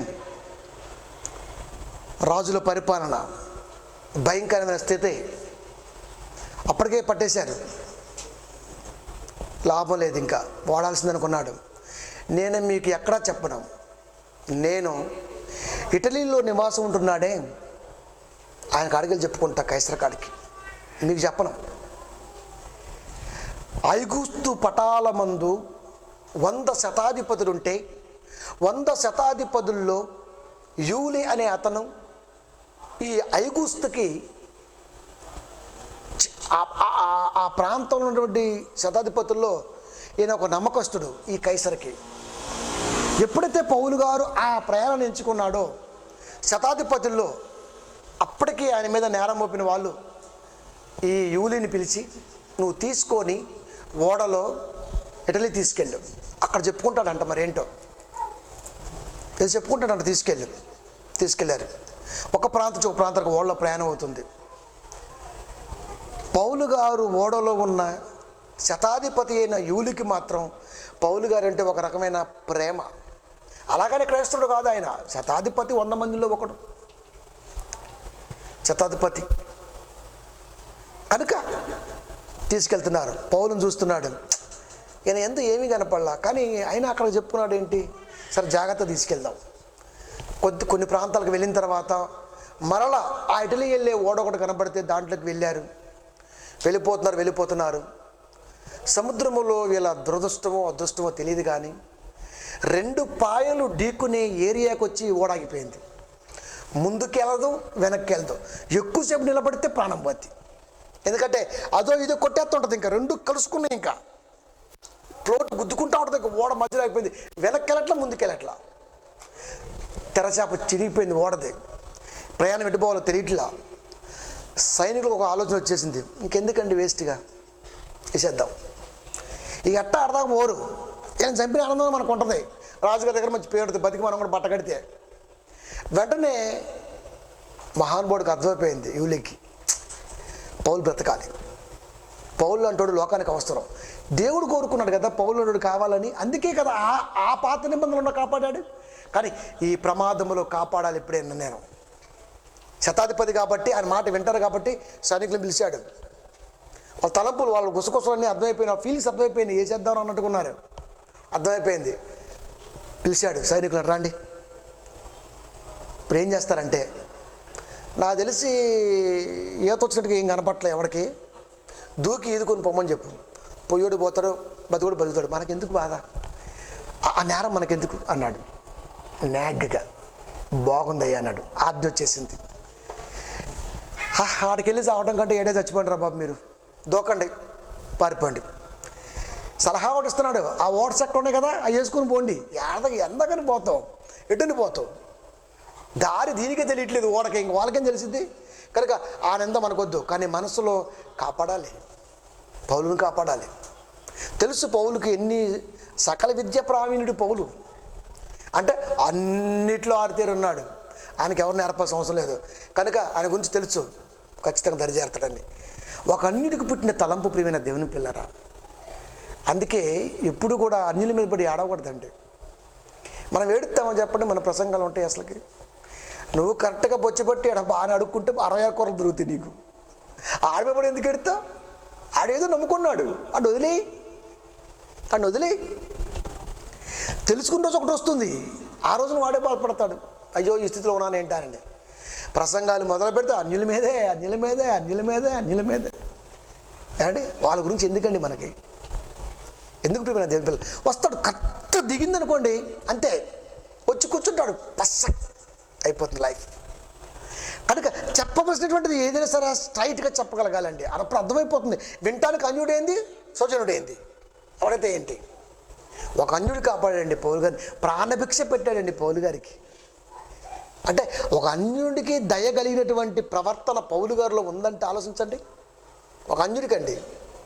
అందుకే మనం బయటికి వెళ్ళామంటే మనకు ఎక్కువగా అన్యులు హగ్గిస్తూ ఉంటారు. నాకు ఎందుకు తెలుసా, అంతే, అలా ఉండిపోతాం అంతే. అది నేర్పాం సమాజానికి, అలాయ్ బలాయ్ హాయ్ వాటేసుకుంటూ ఉంటాం. ఎందుకో తెలుసా, తెలియాలి. తెలుసుకోకపోయినంత మాత్రం దుర్మార్గుడు కాదు. తెలుసుకోలేని స్థితిలో ఉన్న మనము దుర్మార్గులుగా దేవుడికి కనబడినప్పుడు, తెలుసుకోలేని స్థితిలో వాడు మన కంటికి కనపడుతుంటే వాడు దుర్మార్గులు ఎలా అవుతాడు మనకి. వాడిని మార్చాలి అంటే పవర్ఫుల్ వాక్యం దిగాలి. వాక్యం దిగిందనుకో వాడికి అల్లాడిపోతాడు అంతే, ఇంకా వాడికి అర్థమైపోతుంది చిత్రం. కానీ ఏసైనే నమ్మండి అని పాటల్లో అది వాళ్ళకి బాధేస్తుంటుంది ప్రియమైన దేవుని పిల్లారా. ఈ రోజున అన్యులు వచ్చి మీద పడుతున్నారంటే వాళ్ళకి బాధేస్తుంది. బాధ కలిగిస్తున్నాం కాబట్టే. దారిని పోయే పావుని ఉస్సు బుస్సులు ఎందుకంటావు నువ్వు, అది బాధ్య కదా, నోటి దూల మనకి. దాని పోతుంది, పాము కనబడుతుంది, ఆగి మరి ఉంటుంటాం. కుక్కను కూడా మనమే కదిలించుకుంటాం, పావుని మనమే, మనుషుల్ని మనమే. దాని దారినది పోతుంది, అది కళ్ళు కనపడపమ్మ ఏదో పోతుంది, కంగారు పడుతుంది, అది పోనీ. ఇప్పుడు దానిది గెలికావు. ఎప్పుడైతే అన్నవో దానికి బుస్సు అని ఎలబడుతుంది. కాబట్టి వీడెవడో ఉసుగాడు వచ్చిండ్రు నన్ను ఏదో జాతర అనుకుంటుంది. వెనక్కి పోయి పోవలసింది వెనక తిరిగి ఆగి చూసిద్ది. ఏం రా అంటుంది. ఒకేప్పుడు భయమే దానికి కూడా. ముందు మనకెక్కువ భయం ఆగే పావును చూస్తే, అసలు పోయే పావును చూస్తేనే భయం ఎక్కువ మనకి. దేని దారిని అదే పోవాలి. మన దారిలోకి రావాలంటే మాట వినిపించాలి, అది మనం నేర్చుకోవాలి. పౌలు ఎందుకు కాపాడాడు అసలుకి? ఒక అన్యుడు అయ్యి ఉండి కూడా ఎందుకు కాపాడాడు? యూలు ఎందుకు కాపాడండి అసలుకి? విచిత్రం కదండి అసలుకి, విచిత్రం అండి అసలుకి. ఇటలీ పటాలములో శతాధిపతి ఆయన కిందే ఉన్నారు, 100 మంది మీద అధికారిగా ఉన్నాడు, కైసర్ కింద పనిచేస్తున్నాడు. కానీ అలాంటి వాడు నమ్మకస్తుడు. మళ్ళా అలాంటి ఒక అన్యుడు పౌలు గారికి ప్రాణభిక్ష పెట్టాడంటే పౌలు గారు అప్పుడే అనుకున్నారండి, అంతే అన్యుడి కాడికి వెళ్ళిపోవాల్సిందే కాదు. ఫస్ట్ సువార్త మీ కాడికి వచ్చింది, మీరు అంగీకరించట్లే, అన్యుడి కాడికి వెళ్ళిపోతాం. అంటే ఒక అన్యుడు చూపిన ప్రేమ, ఒక అన్యుడు చూపిన దారి పౌలు గారికి నేను వీళ్ళకి రుణంగా ఉన్నానా అని ఫీల్ అయిపోయాడండి. ఆయన ఫీల్ అయిపోతున్నాడు పౌలు గారు. కనుక ప్రియమైన దేవుని పిల్లారా, ప్రయాణమై వెళ్ళిపోతున్నారు. అపోస్తల కార్యములు 27వ అధ్యాయము 42, 43, 44. ఖైదీలలో ఎవడును ఈదుకొని పారిపోకుండాన్నట్లు, ఖైదీలలో ఈయన కూడా ఖైదీగానే వెళ్తున్నాడు. మరి కొందరు ఉన్నారు కాబట్టి పౌలు గారితో పాటు ఇటలీ వెళ్ళవలసిన వారు కైసర్ దగ్గరికి. ఆ సందర్భం ఇప్పుడు చెప్పిన సందర్భం మొత్తం ఎదురైన తర్వాత అక్కడ జరుగుతున్న సందర్భం ఇది. ఖైదీలలో ఎవడును ఈదుకొని పారిపోకుండాన్నట్లు వారిని చంపవలని సైనికులకు ఆలోచన పుట్టెను.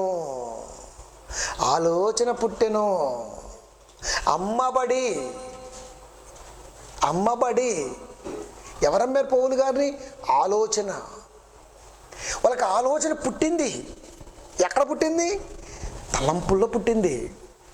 వేసేద్దాం వీళ్ళందరినీ. శతాధిపతి పౌలు రక్షించను ఉద్దేశించి వారి ఆలోచన కొనసాగనీయక, ఇప్పుడు వారి ఆలోచన శతాధిపతికి ఎలా తెలుసు అండి? సైనికులకు ఆలోచన పుట్టింది అని శతాధిపతికి ఎలా తెలుసు? ఫస్ట్ ఓడెక్కి ఇటలీ ప్రయాణం అవుతున్నప్పుడు ప్రయాణంలో సైనికులు మామూలుగా ఉంటారా అండి? ఏమనుకుంటారు? వీడికి బాగా ఎక్కువైంది, వీడికి వేసేద్దాం, అది చేద్దాం, ఇది చేద్దాం. శతాధిపతి అన్నీ వింటున్నాడు. ఎప్పుడైతే ఈ ప్రాబ్లం వచ్చి ఓడ ముందుకి వెనక్కి వెళ్ళకుండా తెరచాప చినిగి ఆ 2 పాయలు గుద్దుకునే చోట సముద్రంలో ఆగిపోయిందో, వీళ్ళ ముఖంలో ఉన్నటువంటి ఆలోచనని గ్రహించాడండి శతాధిపతి యూలి. గ్రహించేసి వాళ్ళ ఆలోచన కొనసాగనీయక వెంటనే ఒక మాట అనేశాడు. ఏమని తెలుసా? మొదట ఈదగలవారు సముద్రములో దుమికి దరికి పారిపోవాలను. మొదట ఈదగలిగిన వారు సముద్రములో దుమికి. సముద్రములో ఈత్తం అంటే చెరువులో ఈత్తం కాదు, బావిలో ఈత్తం కాదు, సముద్రం. అలొచ్చి కొడితే ఈత వెనక్కపోద్ది. అలాగని చల్లగా ఉంటుంది. నోట్లో పోసుకున్నాం ఉప్పు, సొరచేపలు తినొచ్చు, పాములు కాటేయచ్చు, సముద్రపు పాములు. ఎన్నో ప్రాబ్లమ్స్ ఫేస్ చేయాలి. సముద్రం అంటే మామూలు విషయం కాదు. ఎటు పోవాలో కూడా తెలియదు. తెలీదు దరేటు అండి అసలుకి. తెలిస్తే దరికిపోకూడదు. ఎలా ఈదగలం ఏమండి? ఇలా ఈదుకుంటూ వెళ్తే ఇటు పోవాల్సిన ఇటు పోతుంటాడు. నిజమండి. మళ్ళీ కళ్ళు తెరిచి చూస్తే ఇటు వచ్చానంటారా, మళ్ళీ ఇటు పోతుంటాడు. ఎలా? తెలియని ప్రయాణం. ఈత్తం అంటే మామూలు విషయం కాదు. రొప్పొస్తుంటుంది ప్రియమైన దేవుని పిల్లారా, రొప్పొస్తుంటుంది. మునిగిపోతూ ఉంటారు. అక్కడ ఒకరినొకరు సహాయాలు ఉండవు. ఇంకా అది ఏదో ఆటోనో లారీ గుద్దితే చేయబెట్టి లాగొచ్చు అనుకోవడానికి. ఎవరికి వాడే కాపాడుకోవాలి, ఎవరికి వాడే ఓర్పు తెచ్చుకోవాలి, ఎవరికి వాడే శ్వాస మీద ధ్యాస పెట్టాలి. అన్ని కంట్రోల్లో ఉండి దరికి చేరాలి. పైగా ఒంటి మీద బట్టలు ఉంటే ఏదలేం, ఎందుకంటే నీళ్ళకి వెళ్ళిపోయి బరువైపోతుంటాయి. ఏం చేయాలి? అప్పుడా బట్టలు కూడా లేదు. దూకమన్నాడు కాబట్టి ఖైదీ డ్రెస్ ఉంటుంది, దూకటమే. అదేం బత్త అలాగుంటుంది కింద నుంచి పైదాకా. దాంట్లో నీళ్ళపై మునిగిపోతుంటాం. ఎంత తెలివిగా దరి చేరాలంటే అంత తెలివిగా దరి చేరాలి. అది అవకాశం కల్పిస్తున్నాడు. వెళ్ళిపోవాలి మీరు దరికని. దుమికి దరికి పోవాలని కడమ వారిలో కొందరు పలకల మీదను, కొందరు ఓడ చెక్కల మీదను పోవాలని ఆజ్ఞాపించెను. రాజుగారు ఆజ్ఞ అంటే ఆజ్ఞే. ఈదగలిగిన వారు ఎవరు రా చేతండి, దూకండి, వెళ్ళిపోండి. ఎక్కడ అయిపోయింది అది? 2 పాయలు గుద్దుకునే చోట అసలు ఓడే కదలలేకపోతుంది. వీడేం కదులుతాడండి దూకినోడు. కానీ ఎలాగైనా కాపాడాలి పౌలుని. అది వీళ్ళందరూ పోయినా పర్వాలేదు, కానీ పౌలు కాపాడాలి. ఎందుకంటే పౌలు చాలా దేవుడికి కావాల్సిన వాడు. మంచి దయనీయుడు పౌలు. ఎంత ప్రేమ సంపాదించుకున్నాడు. ఒక అన్యుడి మధ్య అంత ప్రేమని పౌలు సంపాదించుకోగలిగాడంటే దాన్ని ఇప్పుడు మనం అప్లై చేసుకుంటే ఒక అన్యుడి దగ్గర ప్రేమని ఈరోజు మనం సంపాదించుకోగలిగామండి. ఏమండి? ఒక అన్యుడి మనం చూస్తే ప్రేమిస్తాడా? ఆలోచించండి. వాక్యం నేర్పుతున్న నిజం ప్రేమైన దేవుని పిల్లారా. అది కొందరు ఓడ చెక్కల మీద పోవాలని ఆజ్ఞాపించారు. అలా ఆగున అందరూ తప్పించుకొని దరిచేరి, అందరూ దరిచేరారండి. అందరూ కూడా దరిచేరారండి. అంటే దరికి చేరే అంత వరకు దేవుడు కాపాడాడు. ఇప్పుడు అన్యుడు ప్రేమ పొందుకున్నాడు. ఇప్పుడు ఏం చేయాలి? పౌలు ఆలోచిస్తాడు ఎప్పుడు కూడా, అన్యులకు సువార్త వెళ్ళాలి. ఇప్పుడు ఒక అన్యుడు కాపాడాడు, అది రుణం. ఇప్పుడు రుణం తీర్చుకోవాలి, అన్యుల కాడికి వెళ్ళాలి. ఎక్కడికి వెళ్ళాలి అంటే అన్యులకు సువార్త తెలియాలి. ఒక అన్యుడిలో ఎంత ప్రేమ ఉందంటే నిజంగా వాక్యాన్ని నింపితే ఇంకెంత ప్రేమ ఉంటుంది, ఇంకెంత ప్రేమ ఉంటుంది. వాక్యం లేకపోతేనే ఎంత ప్రేమ ఉంది, వాక్యం ఉంటే ఇంకెంత ప్రేమ ఉంటుంది, ఇంకెంత ప్రేమ ఉంటుంది, ఇంకెంత ప్రేమ ఉంటుంది. ఆ వాక్యాన్ని నింపే స్థితిగతులు ఈరోజు మనం ఆలోచించాలి. ఎలా నింపాలి అన్యులకి వాక్యం? ఎలా నింపితే వాళ్ళు మారతారు? ఏమండి? వాళ్ళు ఏదో పనులు వాళ్ళు ఉంటారు, వాళ్ళు ఏదో పూజలు వాళ్ళు ఉంటారు, వాళ్ళు ఏదో కథలు వాళ్ళు ఉంటారు, వాళ్ళు ఏదో వాళ్ళు ఉంటారు, కానీ వాళ్ళలో కూడా ప్రేమ ఉంటుంది. ఒక అన్యుడు కాపాడిందంటే ఇప్పుడు అన్యత్వానికి నేను రుణస్తుడను, అన్యులకు రుణస్తుడను. ఒక్కడే కాపాడాడు, కానీ జాతి మొత్తం రుణస్తుడు నేను. ఏమి నిర్ణయాలండి బాబు అసలు ఆయన. అందుకే ఎక్కువగా అన్యులకు సువార్త ప్రకటించడం కొరకే సున్నత లేని వారండి. సున్నత లేని వారి కొరకు నియమింపబడ్డాను పదం వాడాడు అక్కడ. సున్నతి గల వారికి నువ్వు పేతురు, సున్నత లేని వారికి నేను. అంటే అన్యులకు నేను. అంటే అన్యుల్లో కూడా ప్రేమ పెళ్ళి బిగుతుంది. నిజమండి. వాళ్ళ దగ్గర ఆ ప్రేమను మనం పొందుకోవటం వలన మన దగ్గర ఉన్నటువంటి కంటెంట్ వాక్యం వాళ్ళని ఆలోచింపజేస్తుంది. క్రైస్తవులు ఎంత ప్రేమ ఉంటుందో అనిపిస్తుంటుంది వాళ్ళకి. ఈర్ష్య ద్వేషాలకు మూలం క్రైస్తవుల ప్రేమ దేవుని పిల్లలు. వీళ్ళేనండి ఊరికి వాళ్ళ మీద ఆరిపోసుకుంటూనే ఉంటుంటారండి. అది వాళ్ళతో నీకెందుకు అసలుకి? నువ్వు ఒకప్పుడు అటు నుంచి వచ్చిన వాడివి కదా. ప్రపంచ చరిత్రలో పుట్టు క్రైస్తవులు ఎవ్వడూ లేడు. నోవాకు పుట్టు క్రైస్తవుడా? ఆదాము పుట్టు క్రైస్తవుడా? క్రైస్తవుడు అనబడ్డారు ఎప్పుడు అనబడ్డారు? ఎప్పుడో మొదటి శతాబ్దంలో అనబడ్డారు. మరి వాళ్ళెవరు? దేవుని పిల్లలు. వాళ్ళు దేవుని పిల్లలుగా గుర్తింపు కార్డు వేసుకున్నాం మనం క్రైస్తవం అని. అది నేను చదువుకున్న బాగా, అందరూ చదువుకున్నారు బాగా. ఏం ఉద్యోగం చేస్తున్నాం? కార్డు చెప్పిద్ది, ఐడెంటిటీ కార్డు. అందరూ చదువుకున్నారుగా, అందరూ చదువుకున్నాం. కానీ చదువుకున్న చదువు ఒక్కటైనా దాంట్లో వేరియేషన్స్ ఉన్నవి. అది కనుక నేను అందరం ఒకే క్లాస్ చదువుకున్నాగా, చదువుకుంటూ వచ్చేసామండి. ఇప్పుడు నేనేంటి నేను పలానా నర్సు. ఏం చేసావు? బీఎస్సీ తీసుకున్నాను, ఇంటర్మీడియట్లో పోయి నర్స్ అయ్యాను, నర్స్ ట్రైనింగ్కి వెళ్ళాను, లేదా బీఎస్సీ చేశాను, బ్యాచిలర్ ఆఫ్ సైన్స్. కనుక అక్కడ కనపడుతుంది నేను టాప్ నర్స్, డాక్టర్, ఎంబీబీఎస్. చదువు ఒక్కటే, కానీ ఎన్నుకున్న స్థితిగతులే డిఫరెంట్. అలాగే అన్యతులకు మనం తొంగి ఆలోచిస్తే మనం కూడా అటు నుంచే వచ్చాం కాబట్టి అక్కడి నుంచి వచ్చిన తర్వాత వాళ్ళు కూడా మన కంటికి వేరియేషన్స్గా కనబడ్డా వాళ్ళలోకి కావలసినటువంటి సందర్భాన్ని ఖచ్చితంగా పంపించగలగాలి.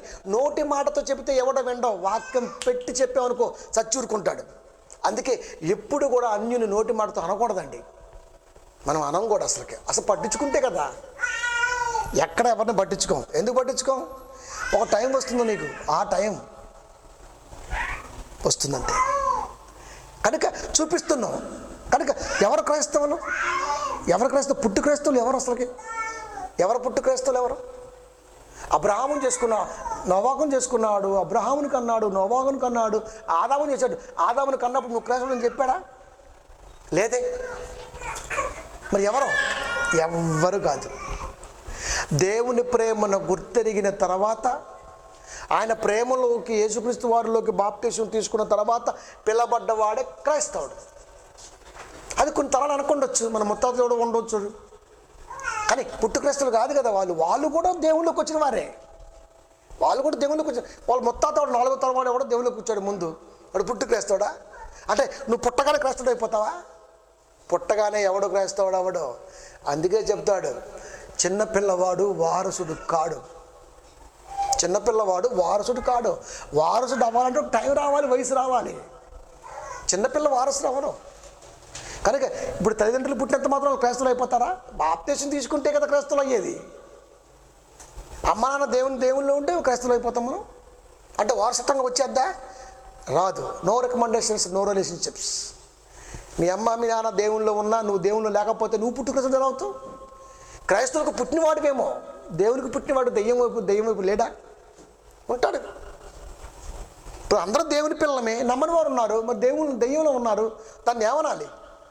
దేవుని పిల్లలే, దెయ్యం అండర్ కవర్లో ఉన్నారు. అమ్మ నాన్న క్రైస్తవులు, కానీ వీళ్ళు లేరు. కనుక పుట్టు క్రైస్తవులు అన్నవాడు గుడ్డి క్రైస్తవుడు. అది ఆ బిడ్డకు పూర్తిగా తెలియదు కాబట్టి గుడ్డి క్రైస్తవుడు. పుట్టు క్రైస్తవుడు ఏంట్రా? నువ్వు క్రీస్తుకే పుట్టావు కదరా, మళ్ళీ ఇంక పుట్టు క్రైస్తవుడు ఏంది అంటే అది మర్చిపోయావా? ఎవడ పుట్టావు మర్చిపోయావా? చదువుకోలేదా? 1:6, 1:4 ఎఫ్ఎస్సి. ఆహా సవం. క్రీస్తులో మనల్ని ఏర్పరచుకున్నాడు, అప్పుడే పుట్టావు కదా క్రీస్తులో. ఇంకా మళ్ళీ పుట్టు క్రైస్తవులు ఏంటి? గుట్టేను గుడ్డు క్రైస్తవుడు నువ్వు అంతే. కనుక ఎన్ని రకాలుగా మాట్లాడుతుండే మనం కూడా వర్ణిస్తూ ఉంటామండి. నేను ఎప్పుడు చెప్పను పుట్టు క్రైస్తవుడు అని. నేను దేవుల్లో ఉన్నా, నా పిల్లలు దేవుల్లో ఉన్నారు, దేవుని పిల్లలు క్రైస్తవులు అంతే, గుర్తెరిగాం కాబట్టి. కనుక గుర్తెరినంత కాలం అన్యులమే.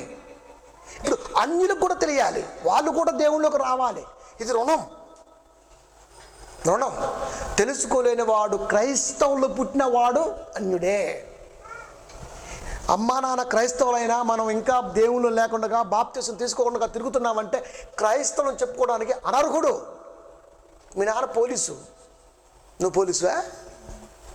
పోలీసు వాళ్ళ అబ్బాయివి, కానిస్టేబుల్ గారి కొడుకువి, కలెక్టర్ గారి మనవడవే, కానీ కలెక్టర్ కాదు కదా. నేను కూడా కలెక్టర్ని అంటే 2 పీకుతారు. ఇది మనకు అర్థం అవ్వాలి. మా అమ్మ మా నాన్న దేవుళ్ళు ఉన్నారు, నాకు ఇంకా బాప్తిసం లేదు, దేవుళ్ళు ఉంటున్నా బాప్తిసం తీసుకుంటేనే క్రైస్తవుడిగా పిలవబడతాం. ఎంత తేడా చూసారా? అంటే చెట్టు పేరు చెప్పుకొని కాయలు కోసుకోవడం అంటే ఇదే ప్రియమైన దేవుని పిల్లారా. కనుక ఎవడు ప్రపంచంలో పుట్టు క్రైస్తవులు లేరు. తెలుసుకొని వచ్చిన తరాలు ముందుండొచ్చు, మనం వెనకాల ఉండొచ్చు, అంతే తేడా. అది వాళ్ళు దేవుడికి ఉపయోగపడకుండా పోతే వాళ్ళ రుణం అట్టాగే మిగిలిపోద్ది, వాళ్ళు కూడా నరకానికే పోతారు. చేసేది ఏం లేదు ఇంకా. కనుక ఆలోచిస్తున్నాడు పౌలు గారు, ఒక అన్యుల్లో ఇంత ప్రేమ ఉందా? అందుకే యేసుక్రీస్తు వారు కూడా మాట్లాడుతాడు, శాస్త్రుడు అంటే అన్యుడు. ఓరే ఏంట్రా బాబు, వీళ్ళు ఎంత ప్రేమ ఉందంటే, అలాగని చెప్పి పరలోకం చేస్తాడా? ప్రేమ ఉండటం వేరు, పరలోకం వేరు. ప్రేమ వేరు, పరలోకం వేరు, అంతే. ప్రేమ ఉన్నంత మాత్రం పరలోకం పోం మనం, గుర్తుపెట్టుకోండి. ప్రేమను సాధించితేనే పరలోకం పోతాం, ప్రేమను బీట్అవుట్ చేస్తేనే పరలోకం పోతాం మనం. అది ప్రేమ ఉంటే పరలోకం ఎలా వస్తుంది? రాదు. ఇప్పుడు దేవుడి మీద ప్రేమ ఉంది, అన్నీ తాగుతా అన్నీ చేస్తా అంటే కుదరదు. నేను చర్చిలో వాక్యం వింటా, నేనేం పట్టించుకోను, పోతా, నాకు దేవుడు అంటే చాలా ఇష్టం, పరలోకం ఎలా వచ్చింది? ఆయన కూడా అంతే అంటాడు, నువ్వు అంటే నాకు చాలా ఇష్టం, ఎందుకంటే క్రమం తప్పకుండా చర్చికి వస్తుంటావు, వాక్యాలు వింటుంటావు, పాటలు పడుతుంటావు, అన్నీ చేస్తుంటావు, కానీ ఎక్కడ ఉపయోగపడలేదు. అది అందుకనే ఎగ్జాంపుల్గా ఎప్పుడు మనకు చెట్టు గురించే చూపిస్తాడు. 3 ఏళ్ళుగా ఉందిరా బాబు ఇది ద్రాక్షవనంలో, అది అంజూరపు చెట్టు, కానీ మంచిగా ఉంది, మంచి స్థితిలో ఉంది. ద్రాక్షవనంలో అంజూరపు చెట్టు, ద్రాక్షవనం అంటే నేను ద్రాక్షవల్లిని, నాలో ఉంది అంటే మంచిగా బాప్తిసం తీసుకున్నాడు, మంచిగా చర్చిలో ఉంటాడు, మంచిగా పాటలు పాడతాడు, మంచిగా ఉన్నాడు. కానీ ఇంకా ఎదుగుతాడా అని చెప్తుంటే అరే 3 ఏళ్ళు అయిపోయింది, 4 ఏళ్ళు అయిపోయింది, ఇంకా ఎదగట్లేదు ఇంటర్వ్యూ అంటే కాయట్లా. కోపం వచ్చేసింది. బాప్తిసం తీసుకున్నాడా? తీసుకున్నాడు. తోసేయి నరకానికి, తీసే. మనకేం నేర్పేది తెలుసా? బాప్టిజం తీసుకుంటే చాలండి పరలోకం వచ్చింది. పచ్చి అబద్ధాలు ప్రియమైన దేవుని పిల్లారా. పుట్టి క్రైస్తవులు అబద్ధం. బాప్టిజం తీసుకుంటే పరలోకం అబద్ధం. క్రీస్తులో ఉంటే వచ్చింది ఇంకా పచ్చి అబద్ధం. అది క్రీస్తులో ఉంటే రాదండి, క్రీస్తుతో ఉంటే వచ్చింది. లోకి తోకి ఎంత మిస్ అయిపోయామండి. అందుకే చెప్తాడు కదా దావీదు మహారాజు, ఒరే నేను పాపములో కాదు, నేను పాపముతో పుట్టానా పాపములో పుట్టానా, ఇది మీకు క్లారిటీ ఉండాలి. అది నేను పాపములో పుట్టిన వాడను, తో ఎందుకు పెట్టాను మీరు మధ్యలో? ఎంత డిఫరెంట్ ఉందండి. దేవుళ్ళు ఉన్నంత మాత్రాన, సంఘం ఉన్నంత మాత్రాన పరలోకం ఇస్తాడంటే ప్రభు ఒప్పుకోడు. ఆయనతో ఉంటే అది ఆయనతో ఉంటే వచ్చింది అది. కనుక ప్రియమైన దేవుని పిల్లరా, ఎన్ని డిఫరెంట్ యాంగిల్ ఉంటుంది తెలుసా బైబిల్లో. ఇవన్నీ ఛేదించుకుంటూ రావాలి. దరికి చేరారు, అమ్మయ్యా దరికి చేరా, సాల్ థ్యాంక్స్ ప్రభా. ఆగిపోట్ల. మనమైతే ప్రమాదం నుంచి బయటికి రాగానే దేవుడికి 100,000,000 వందనాలు, దేవుడు కాపాడాడు, అయ్యో ఇప్పుడు ఒక వాగ్దానం చేసుకుంటాం, ఏదో ఒకటి చేయాలి ప్రభుకి. ఇప్పుడు మనం చేసేస్తాం, తప్పించుకుంటాం. అంటే కాపాడింది కాబట్టి చేస్తున్నావా? మరి చెయ్యకముందు, నువ్వు దేవుళ్ళలోకి రాకముందు నిన్ను కాపాడుతూనే ఉన్నాడు. అది ఎంత రుణం అసలు గుర్తిరగాల్సింది అదండి. దాంతో పోల్చుకుంటే ఇవన్నీ చాలా చిన్నవి అండి. దేవుళ్ళలోకి వచ్చినాక చేయటం రుణం తీర్చుకోవటం అవుతుంది. తీర్చుకోవటం ఇవన్నీ రుణం తీరితే దేవుడిది చాలా కష్టం. దైవ రుణం తీరదండి. సచ్చిందాక సేవ చేసిన రుణం తీరదు, ఇంకెంతో కొంత బాకీ ఉంటుందండి. అందుకనే ఫిలప్ చేయాలా మరణానికి ముందే ఫాస్ట్గా. అందుకే ఒడ్డు చేరారు, అమ్మయ్య మంచి కాపాడండి అయ్యా, ఇటలీ పోలేక మనం ఓకే దానికి చేరాం. ఇప్పుడు ఏం చేయాలి? ఏం చేస్తే రుణం తీరిద్ది? అదే ఇప్పుడు ఎలాగూ ఇట్లే పోయే పని లేదు. ఎందుకంటే సముద్రం దూకారు, చచ్చిపోయి వాళ్ళే పౌలు, వెళ్ళిపోయి ఉంటుంది మ్యాటర్. ఇక ఆ మ్యాటర్ క్లోజ్, వెళ్ళిపోయి ఉంటుంది ఎప్పుడో. మరి ఇక ఆ ఓడ వెనక్కపోయిందో పోలేదో సత్యాలు బతుకు తర్వాత విషయం, అది మనకు రాయాల దేవుడు. కానీ కాబట్టి ఎటొకటి పోయి ఉంటారు కానీ వాళ్ళు కూడా మొత్తానికి దరి చేరారు అంటే అర్థం తెలుసా? అన్యుని ప్రేమని పొందుకున్నారు అని అర్థం. ఆ అన్యుడే వాళ్ళతో ఏకీభవించి ఏ స్టెఫెన్ సావుకైతే పౌలు కారకుడయ్యాడో, అలా కంటి ముందు చూశాడో, అలాగే శతాధిపతి ఆజ్ఞ ఇస్తే తలకాయలో అప్పుడే సముద్రములోకి తేలే శవాలుగా. రుణం ప్రాణం కాపాడటం రుణం. అంటే ఒక మనిషికి జీవితంలో లిఫ్ట్ ఇవ్వటం రుణం, అంతే. ఒక దారి చూపించడం రుణం. హైదరాబాద్ ఈ రోజున వచ్చామంటే దైవ ప్రణాళిక ఒక ఆయనలో ఉంది. ఒక అతను, వాళ్ళు కూడా క్రైస్తవులే, బట్ ఈ టైప్ ఆఫ్ క్రైస్తవులు కాదు. అది చెప్పాను కదా, అటు ఇటు టైప్ క్రైస్తవులు. కానీ దేవుడు ఎన్నుకున్నాడు, వీడు మహానగరానికి రావాలి అంటే ఇన్ని జరగాలి. అన్ని జరిగే కనుకనే ఆ వ్యక్తి ద్వారా దేవుడు ఇలా అప్రోచ్ అవ్వటం జరిగింది, నన్ను ఇలా తీసుకొచ్చి పెట్టడం జరిగింది. లేకపోతే ఎక్కడ ఎటు పోయేవాడో తెలియదు, ఏం చేసాం తెలియదు. మొత్తంగా 2 లారీలు కొనేవాడిని. లారీలు కొనాలి, మంచి పిచ్చి ఉండేది నాకు బాగా. లారీలు ఇష్టం బాగా. ఎందుకంటే డ్రైవింగ్ కూడా నిలబడి తోలుతుంటాను, ఇట్లా తోలుతుంటాను. నేను లారీ తోలాలంటే ఇంకా టైర్లు మోత వచ్చేస్తుంటారు. మీరు చూడలేదు కదా, మంచిది ఏమండి. అక్కడ తోలుతుంటా లారీని, మామూలుగా దోలండి. రంబాఘాటి 56 కిలోమీటర్లు ఉంటుంది మహారాష్ట్ర. పచ్చిమిర్చి చేసుకుని వెళ్తున్నాం గుంటూరు నుంచి. మా ఊడికి భయం ఎక్కువ, నాకు ధైర్యం ఎక్కువ. పైగా ఓళ్ళట దిగుంటాయి, దాని మీద నుంచి జారుతారు, మోగులు కోస్తారు, 20-30 బత్తాలు. లారీ ఖాళీ చేసి అడగటం లేదు, వెనక దిగటం లేదు. బ్రేక్ కొడితే లారీ వెనక్కి వచ్చేద్ది. ఇలా ఉంటుంది రంబాఘాటి. 56 కిలోమీటర్స్ అబౌవ్ మహారాష్ట్ర. జాల్నా, జంతూరు, నాగపూర్ మధ్య నుంచి వెళ్ళాలి. కనీసం 4 గంటలు పట్టింది. ఇదే యాంగిల్ లోడ్ గేరే వేయాలి, ఇంకే గేరే ఎక్కదాం. అదే టైర్లు ఇలా బ్రేక్ కొడితే లేచి పడ్డట్టు వెనక్కి. అది డేంజర్, మోస్ట్ డేంజర్ డ్రైవింగ్. మనమే తోలాలి. పైగా అది జంపింగ్ లోడు, ఎక్కడెక్కటన్నా వెనక్కి వచ్చేస్తాం అంతే. కానీ ఎలా తోలుతాం? అనుభవం, ఆలోచన, రీచ్ అవ్వాలంతే. దిగేటప్పుడు కూడా అంతే, బ్రేక్ మీదే దిగాల. బ్రేకులు అన్నీ అరిగిపోతుంటాయండి. మళ్ళీ లైనింగ్ చేసుకోవాలి వచ్చిన తర్వాత. ఒక్కసారి అటు ఇల్లు వచ్చామంటే లైనర్స్ పోతాయి. అంత డేంజర్ ఘాట్లో కూడా డ్రైవింగ్ చేయగలగాలంటే ఆ లారీని డ్రైవింగ్ చేసిన కారు ఆఫ్టర్ ఆల్ ఇలాంటి తిరిగిపోద్ది అంతే మూలలో. అంటే కాపాడాడు చూడండి దేవుడు. అనేక ప్రమాదాలు, ఎన్ని ప్రమాదాలు అంటే అన్ని ప్రమాదాలు. నా జీవితంలో ఒక 2-3 ప్రమాదాలు, భయంకర 3 ప్రమాదాలు జరిగాయి. 3 కూడా ప్రాణం పోయే ప్రమాదమే. బావిలో ఈతకెళ్ళిన, ఈత రాదు పోవట్లేదు, 2 రోజులు నేర్చుకున్నా, బావిలోనే పోయినా, కానీ మునిగిపోవడం జరిగింది. బస్ అక్కడ దేవుడు కాపాడాడు. కాపాడిన వాళ్ళు కూడా నామకార్థపు క్రైస్తవులే, అన్యత్వానికి ఉన్నటువంటి వాళ్ళే. ఇట్లా అనేక పర్యాయాలు కాపాడుకుంటూ వచ్చాడు. అవన్నీ తర్వాత దేవుళ్ళకి వచ్చి ఎదుగుతున్నప్పుడు ఆలోచించిన, దీని వెనకాల ఉన్నది దేవుని హస్తమే కదా. లేకపోతే లెఫ్ట్ విజయవాడ ధర్మంలో మనకి ఎంటర్ అవుతుంటే లెఫ్ట్ కాలం, ఎడపక్క కాలం కనబడింది. ధర్మంలోకి వెళ్తుంటే వాటర్, అంబులెన్సు క్రాస్ అలా వెళ్ళిపోయింది. నేను లారీ డ్రైవింగ్ చేస్తున్నా, మా డ్రైవర్ పడుకున్నాడు బాబాయ్, అంతే. వేరే లారీ వచ్చి కొట్టపోయింది, లెఫ్ట్ లాగా వదిలేసిన లారీని, అంతే. ఆ దిమ్మెకి అట్లా రాసుకుంటూ వెళ్ళిపోయింది. ఈ దాన్ని మొదలు పెడితే అద్దరికి వెళ్ళిపోయింది. దిమ్మె గట్టిగా ఉంది, నా ప్రాణం గట్టిగా ఉంది. లేకపోతే 70 అడుగుల లోతులకు లారీకి పోయేదే, నేను పోయేవాడిని. ఇలా ఎందుకు కాపాడిండి అయ్యా అంటే, వీడి ప్రపంచానికి అవసరం. ఒక వ్యక్తి అవసరం అనుకుంటే దేవుడు కొన్ని ఎలాగైనా కాపాడతాడు దేవుడు. అది పౌలు అవసరం. ఇప్పుడు పౌలు ఎందుకు అవసరం తెలుసా? పౌలు అయితేనే చేయగలడు. దరికి చేరాడంటే అన్యుని ప్రేమను పొందుకొని పట్టగట్టాడు పౌలు. ఒక్కసారి ఆలోచించాడు. ఒడ్డుకొచ్చినాక ఒక అన్యుడి ప్రేమ నన్ను బతికించిందంటే అన్యుల కాడికి వెళ్ళమన్నాడు దేవుడు. కనుక అన్యత్వం లేకుండా చేయాలి ప్రపంచంలో. నాకు దేవుడు తెలియదు అనే ఒకటి ఉండకూడదు, ఇంకా ఉండకూడదు. ఒక నిర్ణయం. అందుకని మనం కూడా ఒక మంచి నిర్ణయం తీసుకున్నాం కదా. మీ అందరికీ ఓపెన్ హార్ట్, ఏమీ దాయనండి నేను. ఎందుకంటే నా దగ్గర దాచుకోవడం అంటే చాలా కష్టం అండి బాబు. నేను దాయనండి, నాకు హార్ట్లో ఉండవు. కోపమైన ప్రేమైన కక్కెత్త దాయన, అస్సలు దాయనం. నిజమండి, ఎంత కోపం కక్కెత్తానంటే నమ్మండి, ఎంత కోపమే రానివ్వండి, అస్సలు దాయనం. అది ఎంత ప్రేమ దాయనండి.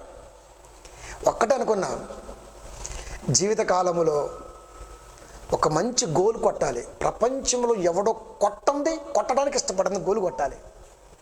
అది మంచి ప్రార్థన చేస్తున్న దేవుడికి, ప్రభా ఇది నా మిషన్, నీకు ఇష్టమైంది అనుకో చేయి, నువ్వు దారిస్తే నేను ఖచ్చితంగా కొడతాను. మామూలుగా కొట్టను ప్రభువా.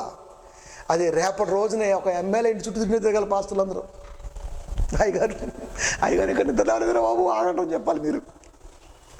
అంటే ఎక్కడైతే మనిషి ఆలోచన ఆగిపోయిందో అక్కడి నుంచే ప్రారంభించాలి. జనతా గ్యారేజ్ అంటే సినిమా అనుకున్నారా? రిపేర్ అండి, మనుషులు రిపేర్. జనతా గ్యారేజ్ మనుషులు రిపేర్. మనుషులు రిపేర్కి బయలుదేరాడు. అన్యుల కాడికి వెళ్ళాలి, ఏదో చేయాలా పౌలు గారు. అంతే, భర్తకి బట్ట కట్టాం కదా, అమ్మయ్య తప్పించుకున్నాం. ఇప్పుడు ఏం చేద్దాం? 28:1 అపోస్తల కార్యములు. మేము తప్పించుకున్న తర్వాత ఆ దీపము మెలితే అని తెలుసుకుంటేమి, అనాగరికులకు ఆ దీపవాసులు ఏమంటే అనాగరికులండి. పదం చూడండి అక్కడ, అనాగరికులు. మనకిప్పుడు పలాస కానివ్వండి, లేకపోతే లాస్ట్ శ్రీకాకుళం బోర్డర్కి అటు కలకత్తా, ఆ ఒడిస్సా బోర్డర్కి వెళ్ళేటప్పుడు అనాగరికులు ఎక్కువ ఉంటారు. అనాగరికులు అంటే యవనస్తులు కూడా ఒంటి మీద బట్టలు ఉండవు. ప్రియమైన దేవుని పిల్లరా, ఇంతకంటే ఇంకా పచ్చిగా చెప్పడానికి మనసు రాదు నాకు. అనాగరికులు అంటే మంచి యవనస్తులు కూడా ఒంటి మీద బట్టలు ఉండవంటే మీరు నమ్మండి. అలా ఉంటారండి వాళ్ళు, అలా ఉంటారు. ఇప్పుడు అక్కడికి వెళ్ళాడు పౌలు గారు. ఆయనకి ఏం కనపడుతుంది చెప్పండి? అనాగరికుల్లో ప్రేమను చూశాడు తప్ప. అందుకే చెప్పేశాడు, అమ్మబడి శరీర సంబంధినై ఉన్నాను. శరీర సంబంధంగా పౌలు గారు వాక్యం చెప్పుకుంటూ ఒకవేళ కొత్త నిబంధనలు ఉంటే నిజంగా చాలా ప్రాబ్లం అయ్యేది. కానీ అలాంటి స్థితిలోకి వెళ్ళిన తర్వాత, అనాగరికుల్లోకి వెళ్ళిన తర్వాత వాళ్ళకి పడుకోవటం రాదు, బట్టలు ఉండవు కరెక్ట్గా. అంతా ఆ కచ్చడాలు కానివ్వండి, గోచి టైపు కానివ్వండి, స్త్రీలు కానీ పురుషులు కానీ, ప్రియమైన దేవుని పిల్లరా, అలా ఉంటారు వాళ్ళంతే. ఇప్పుడు అది మెలితే దీపం, మెలితిని తెలుసుకుంటే ఆ భాష వీళ్ళకి రాదు, వీళ్ళ భాష వాళ్ళకి రాదు. ఎట్లా చెప్పాలి చెప్పండి ఇప్పుడు వాక్యం వాళ్ళకి? దేవుడి ప్రేమను ఎలా చెప్పాలి వాళ్ళకి?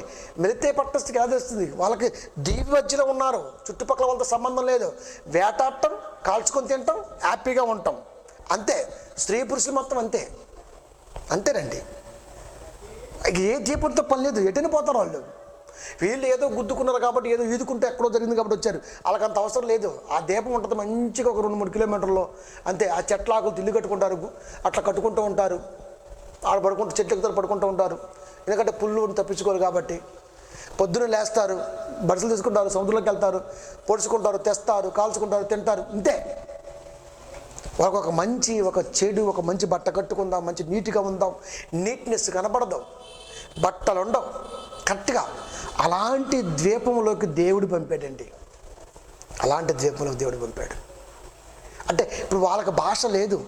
ఎలా ఇప్పుడు అనాగరికులకు వాళ్ళకి మాట్లాడటం రాదు, వాళ్ళకి మంచి చెడు తెలియదు. ఇంకా నయం చంపుకుంటుంటారు చాలామంది దీవుల్లో. ఇలా అదృష్టవంతులే, మిగతా దీవులు అలాంటి వాళ్ళు లేరు. ఇంకా లేకపోతే వేసేస్తారు వీళ్ళని కూడా.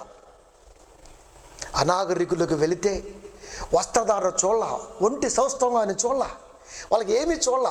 వాళ్ళు ప్రేమించింది వాక్యాన్ని కాబట్టి వాళ్ళకి వాక్యమే కనపడిందండి. అదే ప్రేమించింది వాక్యాన్ని కాబట్టి వాక్యమే కనబడుతుంది ఎక్కడికి వెళ్ళినా. నిజం ప్రియమైన దేవుని పిల్లారా, నిజమండి. వాక్యాన్ని ప్రేమించి చూడండి, ఇంకా మనకు బయట ఏం కనపడమండి, అదే కనపడుద్ది. వాక్యం లేకపోతేనే ప్రియమైన దేవుని పిల్లారా డిస్టర్బ్ అవుద్ది ప్రాణం. అందుకే ఎక్కువగా వాక్యాన్ని ప్రేమించాలి. ఎక్కువగా వాక్యాన్ని ప్రేమించామంటే నిజమైన ప్రేమైన దేవుని పిల్లలు అసలు ఆ ప్రేమకు విలువ కట్టలేమండి. ఇంకా అదే ప్రేమ ఒక్కరికే చెందిద్ది, వాక్యానికే కదా. వండర్ఫుల్ కదండి ప్రేమించటం అన్నది. అది పొందుకున్నారు వాళ్ళు, అందుకే తడిచేరారు. అనాగరికులకు వెళ్ళారు. ఈ రోజున కాపరి సువార్తకు వెళితే ఏమైనా తక్కువైతే ఆడి తస్సాదియ్య ఎన్నెన్ని మాట్లాడతాడో తెలియదండి వాడు అసలుకి. ఒక అయ్యగారిని చుట్టం రాలేదని, అయ్యగారిని చుట్టం రాలేదా, అయ్యగారికే చుట్టం రాల వాళ్ళని. అది నిజంగా చూడండి, కరెక్ట్గా దైవ దృష్టితో చూడండి. ఆ వెళ్తున్న వాతావరణాన్ని కానివ్వండి, మనకు అంత ఇంద్రభవనంలా కనపడింది. అదే ఇప్పుడు అంగు ఆరపడుతుంది చూడండి. ఏంట్రా బాబా టట్టడిగా ఫ్యాన్ లేదా, కరెంటు పోతే పల్లెటూరులో ఫ్యాన్ అని చూసింది. నీ అయ్యా ఇప్పుడు లేచి నీకు ఓపాలా, ఇంకా ఓపాలా? వీళ్ళు అయ్యగారులు కాదండి, అది వీళ్ళకి వాక్యం లేని వీళ్ళు అనాగరికులు. అదే సువార్త తీసుకొని వెళ్ళామంటే మనకు అదంతా పచ్చగా ఇంద్రభవనమే కనపడాలి ప్రియమైన దేవుని పిల్లరా. అప్పుడు నిజమైనటువంటి సంతోషం దేవుడికి అందిద్దండి. వీడి కంటికి అదే కనపడుతుంది, నా కంటికి అదే కనపడింది, వీడికి అదే కనపడుతుందా? అదే కనపడుతుంది. అనాగరికుల్లో ప్రేమ పెళ్ళు బికిందంటే ఆలోచించండి. అట్లా ఒక్కసారి వచ్చిందండి వాళ్ళకి. నిజమండి అసలు నాకు ఆ మాట అనిపించింది, అబ్బా ఏంటండి అసలు ఇది. అనాగరికులకు ఆ దీపవాసులు ఇప్పుడు చెప్పినా కదా, పాపం వాళ్ళకి ఏం తెలియదండి అసలుకి. అది చేసిన ఉపచారం అంతా ఇంత కాదండి, ఉపచారం అండి. వాళ్ళ దగ్గర ఏముంటుందండి ఉపచారం? ఏమైనా ఫ్యాన్ పెట్టగలరా, కరెంట్ ఉందా, లేదా గట్టిగా వండి ఏమైనా పెట్టగలరా? ఏముంది చెప్పండి ఉపచారం? ఏం చేస్తారో వాళ్ళు చెప్పండి. ఫుల్గా పైగా వర్షం, ఆ దీపాల్లో ఎప్పుడు వానే పడుతుంటుందండి.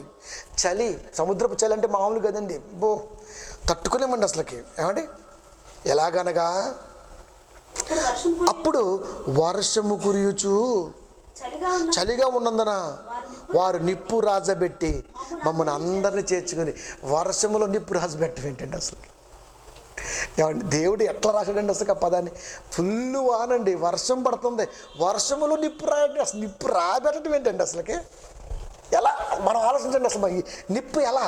ఫుల్గా వాన పడుతుంటే భూమి మీద మగాడు అన్నవాడు ఎవడైనా సరే 4 కట్టలేసి ఇప్పుడు అంటిమని చెప్పండి చూద్దాం. పోనీ ప్రార్థన చేసి చేయమని చెప్పండి, 5 కాదు చూద్దాం. ఎవడి వల్ల కాదండి. కానీ ఎందుకు అవుతుంది చెప్పండి? వర్షం పడుచుండగా నా పదమండి నాకు అనిపించింది, ప్రభా ఏంటి నేను ఎంత రుణం ఉన్నాను బాబు, ఎంత రుణమా? ఈ రుణం ఎప్పుడు తీరుతుంది అండి? అనాగరికుల్లో వాళ్ళు చూసినటువంటి ప్రేమ, వీళ్ళు చూసినటువంటి తత్వం, వీళ్ళు చూపించిన ప్రేమ, వాళ్ళు చేర్చుకొని ఉపచారం చేయటువంటి మామూలు విషయం కాదు. అప్పుడు వర్షము కురియుచు చలిగా ఉన్నందున నిప్పు రాజబెట్టి మమ్మల్ని అందరినీ చేర్చుకుని. నిప్పు గసగస వాళ్ళకి అలవాటు, పాపం వాళ్ళకి బట్టలు ఎప్పడానికి దృఢంగా ఉంటారు. అది రోడ్డు మీద పడుకుంటారు చూడండి, వాళ్ళు ఏదో చిన్న టవల్ వేసుకొని పడుకుంటారు, తెల్లవారు నిద్రపోతారు. మనకి ఇంట్లో రగ్గులు కప్పేసి అంటుంటాం మనం. ఎందుకు? మనకు దీనికి అలవాటు పడ్డాం, వాళ్ళకి అలవాటు లేదు. అలవాటు లేడు బాగుంటాడు. అందుకే ప్రతి దాన్ని, ప్రతి వాతావరణ పరిస్థితిని క్రైస్తవుడు అలవాటు చేసుకోవాలి. అదే నేను తిన్నండి, ఏ సత్తావా నీ అయ్య పెడితే తిన్నం అంటే నాకు కింద నుంచి పైదాకా సర్రమని కాలిద్ది. ప్రియమైన దేవుని పిల్లరా, అది అనుకుంటా వీడు ప్రత్యేకించి పుట్టాడా ఏంట్రా లోకంలో, ఎందుకు ఈ మాట మాట్లాడుతాను తిన్నని. నేను అనంగా ఎప్పుడైనా చూశానండి అసలుకి? నా నుంచి ఆ పదం వచ్చిద్దా? అడగనండి ఏం పెట్టారో, తింటాను. నేను కూడా అంతే, అదే పెడుతుంటాను. ఎందుకు తినమంటే దేవుడు ఇచ్చాడు. పేదరు గారు అలాగంటారు, ప్రభా పవిత్రం అపవిత్రం తిన్న ప్రభా, మూసుకొని తిను ముందు అన్నాడు అంతే దేవుడు. అంతే. తిన్నవేంట్రా తిను, అలవాటు లేదా? ఎవరికి అలవాటు ఉంది ఇక్కడ? తింటమే. తింటానికి అలవాటు కావాలా? ముక్కు ముఖం తెలియపోయినా కార్డు ఇస్తే మొన్నే పరిచయం అయ్యారు, పెళ్ళికి వచ్చేసాం అంటాం మనం. బాగా పరిచయం ఉంటే కదండి పెళ్ళికి వెళ్ళాలి, బాగా పరిచయం ఉంటే కదా వెళ్ళేది. కానీ ఇంత పరిచయం ఎలా వెళ్తాం? మరి ఎందుకు తిన్నాం మనం? ఇవన్నీ బిల్డప్ రాయలకి మన దగ్గర జల్లం. ప్రియమైన దేవుని పిల్లారా, దేవుడిచ్చాడా ఫసక్ తిన్నావా లేదా అంతే. అనాగరికులు ఏం పెడతారండి? ఏదో చేపలు ఎత్తారు, లేదంటే ఇంకేదో తెస్తారు, నిప్పుల్లో కాలుతారు. అడ్డి మట్టి కొండలో నాకు బాగా వండి పెట్టాలమ్మా, మాయా అట్టు వండి పెట్టిందంటే 2 పీకుతాడు, ఏడుతాడు నేస్తాడు, చోపచ్చు అంతే. తిరిగి పెట్టినప్పుడు తినాలండి. అంటే డిస్టర్బెన్స్ లేదు పౌలు గారు ఎక్కడ, ఎవరికి డిస్టర్బెన్స్ లేడు. అందుకే పౌలు గారు అనేక ప్రాంతాలకు రండయ్యా అని కోరుకున్నారు. అది ఇప్పుడు చలి ఎలా నాకు అసలు నాకు అనిపించింది, ఎట్టా వర్షం పడుతుంటే నిప్పెట్ట రాసి పెట్టారు. ఇప్పుడైతే పెట్రోల్ పోతాం, ఒక 10 లీటర్లు తెచ్చి, అయ్యగారి మీద ప్రేమ ఉంది కాబట్టి, వాన పడ్డా సరే నీళ్ళు కాస్తున్నా సరే పెట్రోల్ పోతాం కాబట్టి ఖచ్చితంగా పెట్రోల్ పవర్ వరకు మండిద్ది, రేవులో కట్టలు కూడా కొద్దిగా కాలుతాయి కాబట్టి ఏదో జరిగిద్ది, అయినా ఆరిపోద్ది. నాకు అప్పుడు అనిపించిందండి, వీళ్ళంతా కలిసి ఖచ్చితంగా తలలు అడ్డ పెట్టే ఉంటారు, ఎట్లా వేసి ఉంటారండి. ఎందుకంటే కోయ వాళ్ళకి అది అలవాటు అండి. ద్వీపవాస్తకుని అలవాటు ఏంటంటే, వాళ్ళు ఏదైనా డ్యాన్స్ వేసినప్పుడు ఏదైనా చేసినప్పుడు కూడా ఇలా పెడతారండి, తల ఆనిస్తారు, తల ఆనిచ్చి ఇవన్నీ కప్పుతూ ఉంటారు. ఎట్లా అంటే ఒక హట్ గుడ్స్ వస్తుంటుంది. ఈసారి దీన్ని నెట్లో చూశానండి. అది వాట్స్ ద లైఫ్ ఆఫ్ ఏదో వాళ్ళని ఏదో అంటారు, టెర్రరిస్ట్ ఏమంటారమ్మా, ట్రైబర్ జాతి. What is the life of Triber జాతి అని నేను నెట్లో కొడితే నాకు ఆ ఫిగర్ కనపడిందండి. వాళ్ళు నాకు అనిపించింది అప్పుడు, అబ్బా దీంట్లో అది ఉందా, ఇది చెప్పాలంటే నేను నెట్ దాకా వెళ్ళాల్సి వచ్చిందండి. నాకు అర్థం అవ్వాలి అసలుకి ఎట్లా ఈ ప్రేమ ఏంటి అసలు వీళ్ళు కొందరు, పౌలు గారు కొందరు, వీళ్ళందరినీ కూర్చోబెట్టి వర్షం పడుతుంటే వాళ్ళందరూ, ఆ దీపవాసులు చాలామంది చుంటారండి నాకు తెలిసి, ఇట్లా పెట్టేసి వాన రాకోకుండా వచ్చేసి, అంటే ఆ నిప్పుని అసలు ఎలా రాజేసి ఉంటారండి అసలు బాబు. వీళ్ళంతా గజగజ చలికి వణుకుతున్నారు. అలా ఎంతకాలం ఉంటారు? వాన దగ్గర ఉండాలండి. ఆలోచించిన ఒక్కసారి అసలుకి ఏం ప్రేమ అండి అసలుకి. అనాగరికుల్లో పౌలు మీద పెళ్ళి పీకిందండి ప్రేమ. నాగరికత తెలీదు అంటే ఇప్పుడు మనకు అప్లై చేస్తే వాళ్ళకి మనల్ని పిలవడం తెలియదు, మనల్ని పలకరించడం తెలియదు, వాళ్ళు మనం చేర్చుకోవడం తెలియదు. కనీసం అయ్యగారు వచ్చినా కూడా తెలిసి పంచీలు కూడా ఇవ్వలేదండి. అనాగరికుడు వాడు, అయినా వాడి మీద నాకు ప్రేమే ఉంటుంది. ఎందుకంటే వాడికి పడే వాక్యం వాడికి పడిద్ది ఒక రోజున. నేను ఎప్పుడు వాక్యంతో కొడతానండి, ఎందుకంటే దేవుడిచ్చిన వాక్య భావాన్ని తీసుకొడితే ఎవడైనా అంగీకరించాలి. అది వాళ్ళు మనల్ని ఇన్వైట్ చేయకపోయినా, మనల్ని ప్రేమించకపోయినా, మనల్ని పలకరించకపోయినా, అనాగరిక స్వభావం ఉంది అని ఒక్కసారి మనసు అనుకొని, ఓకే అనాగరికుడు కాబట్టి మంచిది ప్రేమిద్దాం. ఎంతవరకు ప్రేమిద్దాం? ఒక రోజు వస్తుంది, ఆ రోజున క్రీస్తు బాణాన్ని వదిలేద్దాం. అంటే ఇప్పుడు ఎంతమంది రుణం ఉన్నాం మనం? పాత జీవిత కాలాన్ని కాపాడిన దేవుడికి, ఆ పాత జీవిత కాలం నుంచి కొత్త జీవితంలోకి వచ్చి, కొత్త జీవితంలో నుండి క్రీస్తుని గుర్తెరిగి సాగుతున్న ఇంతవరకు మొత్తం రుణమే. ఇది చాలా తీర్చలేదు ప్రభువా. ఇంకా అన్యుడికి రుణం, చాలామంది అన్యులు ఉన్నారు ప్రభువా. రుణమే. ఇప్పుడు అన్యుడికి రుణం ఎలా తీరాలి? అందుకనే ఇప్పుడు మీకు చెప్పినవన్నీ కూడా ఎందుకు చేస్తున్నానయ్యా అంటే, ఎక్కడికి వెళ్ళినా 5,000 ఇవ్వాలి, అది స్ప్రెడ్ అవ్వాలి. ఆ స్ప్రెడ్ అవ్వటం వలన ఏమవుతాయి అంటే సువార్త సభలు జరుగుతాయి. సభలు జరగడం ఏమవుతాయంటే మైకులు సౌండ్ బయటకు వచ్చింది. అప్పుడు ఊరికి సువాసన వెళ్ళిపోతుంటుంది. అది అన్యులు రుణం తీర్చుకోవాలంటే అది. ఇక అనాగరికులు అంటవా, క్రైస్తవుల నుండి ప్రేమించడం రాదు, వీళ్ళను కూడా ప్రేమకు దగ్గరగా తీసుకురావాలి. అన్యులు వేరు, క్రైస్తవంలో సత్యవాక్యం లేకుండా ఉన్నటువంటి వారు అనాగరికులుగా కనపడుతున్నారు దేవుడికి. వీరు అంటే నన్ను కాపాడిన దేవుడికి నేను ఎలా రుణంగా ఉన్నానయ్యా అంటే ఇన్ని యాంగిల్ రుణస్తుడును కనుక నేను మీకు రుణస్తును అంటే నేను నా మనసులో ఉన్నది మీకు చెప్తానికి ఈ అంశం చెప్తున్నా. అది ఈ అంశం ఎవరిది అంటే నాది. This credit goes to me, ఇది నాది. నేను ఎవరికి రుణంగా ఉన్నా అది నా రుణం ఎలా తీర్చుకోవాలి. ఇప్పుడు నేను రుణాలు తీర్చుకోవాలంటే మామూలు విషయం కాదండి. అది రుణం అంటే అది మాటతో పోయేది కాదు, సర్లే చూద్దాంలే పర్లేదు అంటే కాదండి. అది జీవితాంతం ప్రేమగా మిగిలిపోవాలి. ఎందుకంటే ఒకరోజు వస్తుంది మనిషి అన్నాక జీవితంలో, అది మరణం, అది అందరికీ తెలుసు. అది నాకు వస్తుంది, మీకు వస్తుంది, ఎనీబడి మన జనరేషన్కి వస్తుంది, అందరికీ వస్తుంది. కానీ ఏం చేసిపోయాడు రా వీడంటే ఏం చెప్పుకోవాలి? అబ్బా చెప్పడానికి మాట్లాడక్కడ ఇంకా ఆడు చరిత్ర అది మామూలుగా ఉండదండి. చెబితే ఇలా ఉంటుందండి సువార్తల ప్రేమ. ఇలాగే ఉండాలండి ప్రేమ, ఇలాగే ఉండాలి. తనకున్నదంతా పెంటగాయించుకున్నాడు, అందుకే పనిచేశాడు కదా, ఎక్కడ పడితే అక్కడ పనిచేశాడు కదా. కనుక ప్రభు ఇస్తున్నటువంటి మనసు స్టాండర్డ్గా ఉంది. ఇవ్వాల్సిన మార్గాన్ని మీరు తెరిస్తే చేయవలసినటువంటి అనేక ఘనకార్యాలు ఉన్నాయి. ప్రభు చేస్తాను, అవన్నీ చేస్తాను. అది ఇంతమందికి నేను రుణం, నేను మీకు రుణస్తున్నంటే ఇప్పుడు నేను వింటున్న ప్రజెంట్గా ఉంటున్న మీకు, పాస్టర్స్గా ఉంటున్న వారికి రుణస్తుడును. ఇలా ఉన్న నా రుణం. అనాగరికుల్లో ప్రేమను నింపాలి. నాగరికత లేదు, క్రైస్తవులే, వాళ్ళ నింపాలి. అన్యులు ఉన్నారు, అసలు దేవుడి కాడికి రానిటువంటి వారు ఉన్నారు, వాళ్ళకు ప్రేమను నింపాలి. నా జీవితాన్ని, పాత జీవితాన్ని కాపాడుకున్నాడు దేవుడు. ఈ తీరిస్తే అది తీరిద్ది. ఇప్పుడు ఈ తీరాలంటే ఏం కావాలి? మీ అందరి ప్రార్థన కావాలి. అయ్యగారి మీద బహుప్రేమతో ప్రార్థన చేయండి, మామూలుగా కాదు.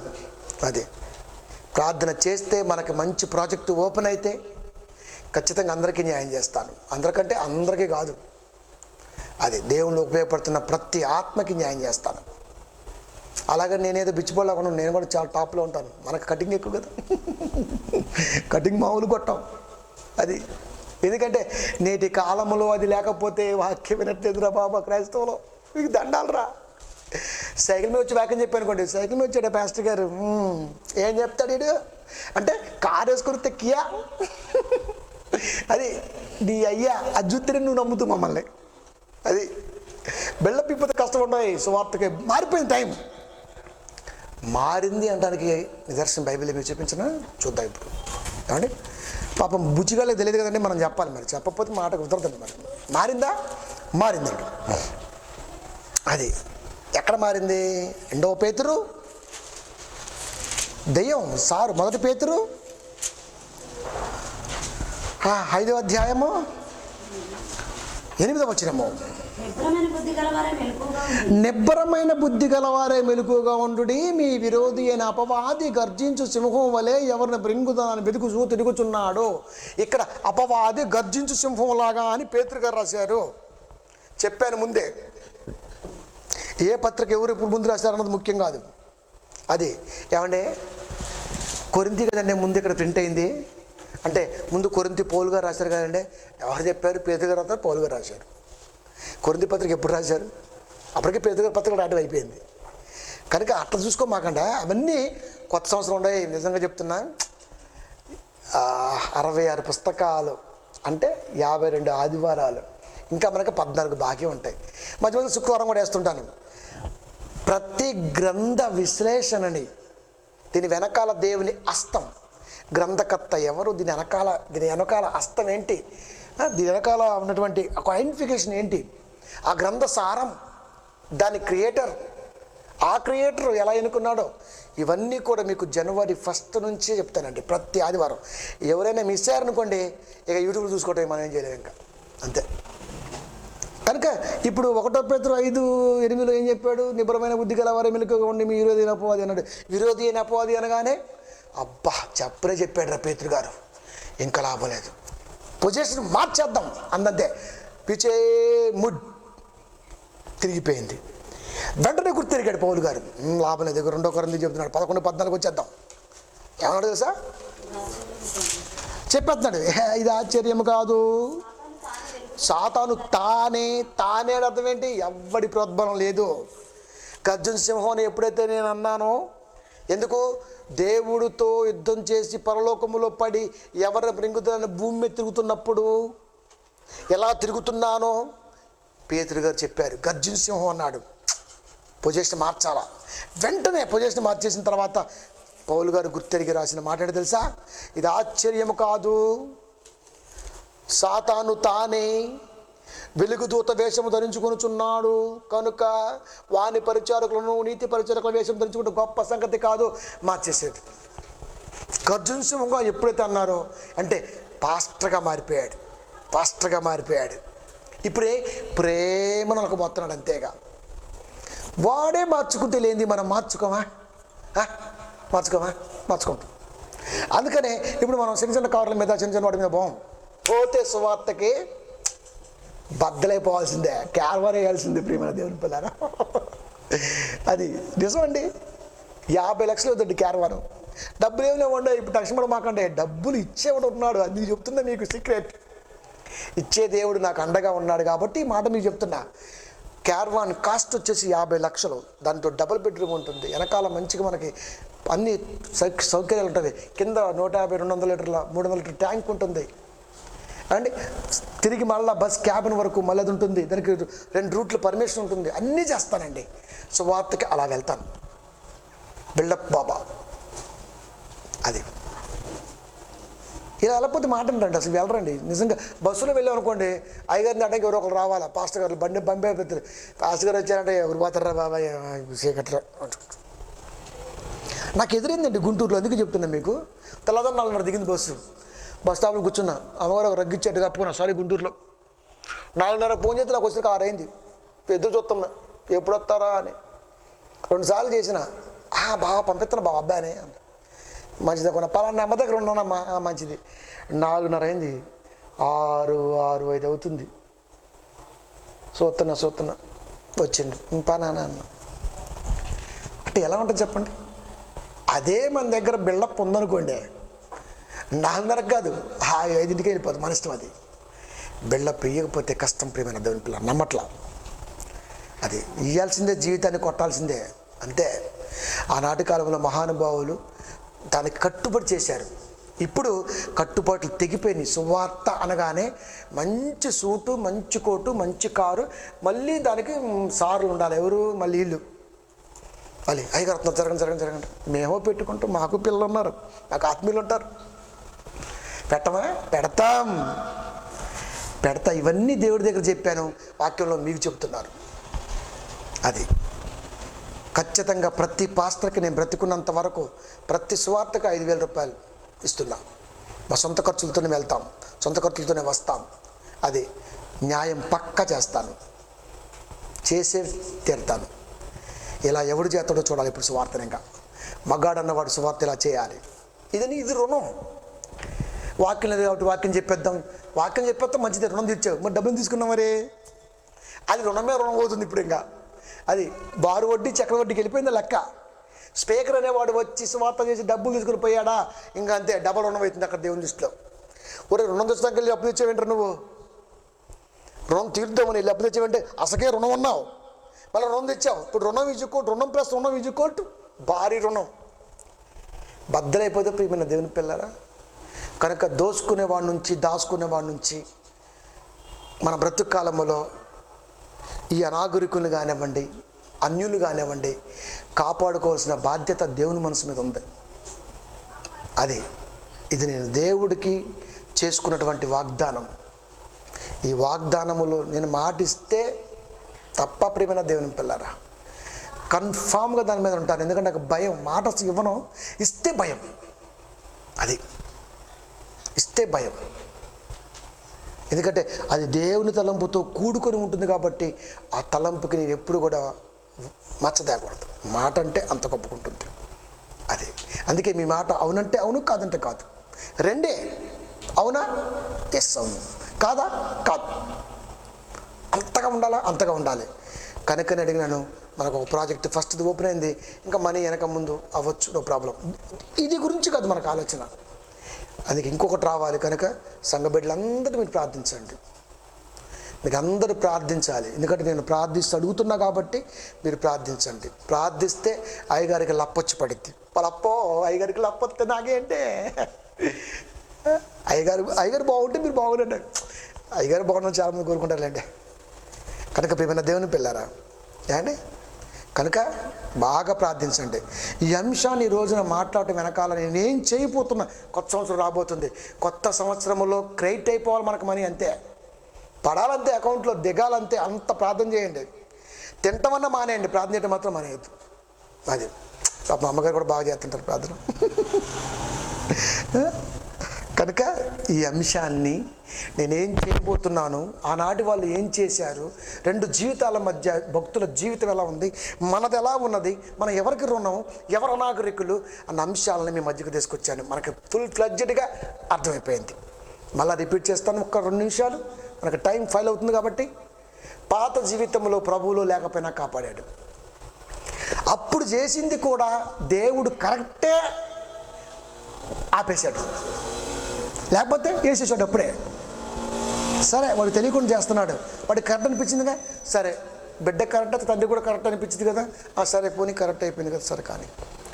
కానీ పరిపూర్ణంగా ప్రేమను పొందుకున్న తర్వాత కరెక్ట్ కాకపోయినా నా తండ్రి ప్రేమించాడు నన్ను, అదండి ప్రేమ అంటే. అది రుణం, అది తీర్చుకోవాలి. ఎలా తీర్చుకోవాలి అంటే అన్యుల్ని ప్రేమించడం నేర్చుకోవాలి ఫస్ట్. అది తీర్చుకొని అన్యుల్ని ప్రేమించాలి. అన్యుల్ని ప్రేమిస్తే అదండి, వాళ్ళని ప్రేమించాలి ఫస్ట్. అటునుంచి రావాలి ప్రేమ, అటునుంచి రావాలి. క్రైస్తవుడు అంటే ప్రేమని ఇచ్చేవాడు. ఇక అనాగరికులు అంటే మనలో ఉన్నారు. అది మనలో ఎవరయ్యా అంటే వాళ్ళకి పలకరించడం రాదు, ప్రేమించడం రాదు, ఇటు రాంటి ఇల్లు మొత్తం పోద్ది అనుకుంటారు, భయం అలాంటిది ఉంటుంది. అవంతా తీసేస్తే నీ నుంచి మేము కోరుకున్నది నువ్వు వాక్యం వినటమే అని నేర్పటం. వాళ్ళు అనాగరికులు. క్రైస్తవులుగా ఉన్న స్వభావం మాత్రం, ఆలోచన మాత్రం అనాగరికులే. వాళ్ళని మార్చుకోవాలి. దేవుని రుణం తీర్చుకోవాలి. మనం రుణంగా ఉన్నాగా అది తీర్చుకోవాలి. అది తీర్చాలంటే అన్యులని, అనాగరికుల్ని ప్రభు దగ్గరికి తీసుకురావాలి.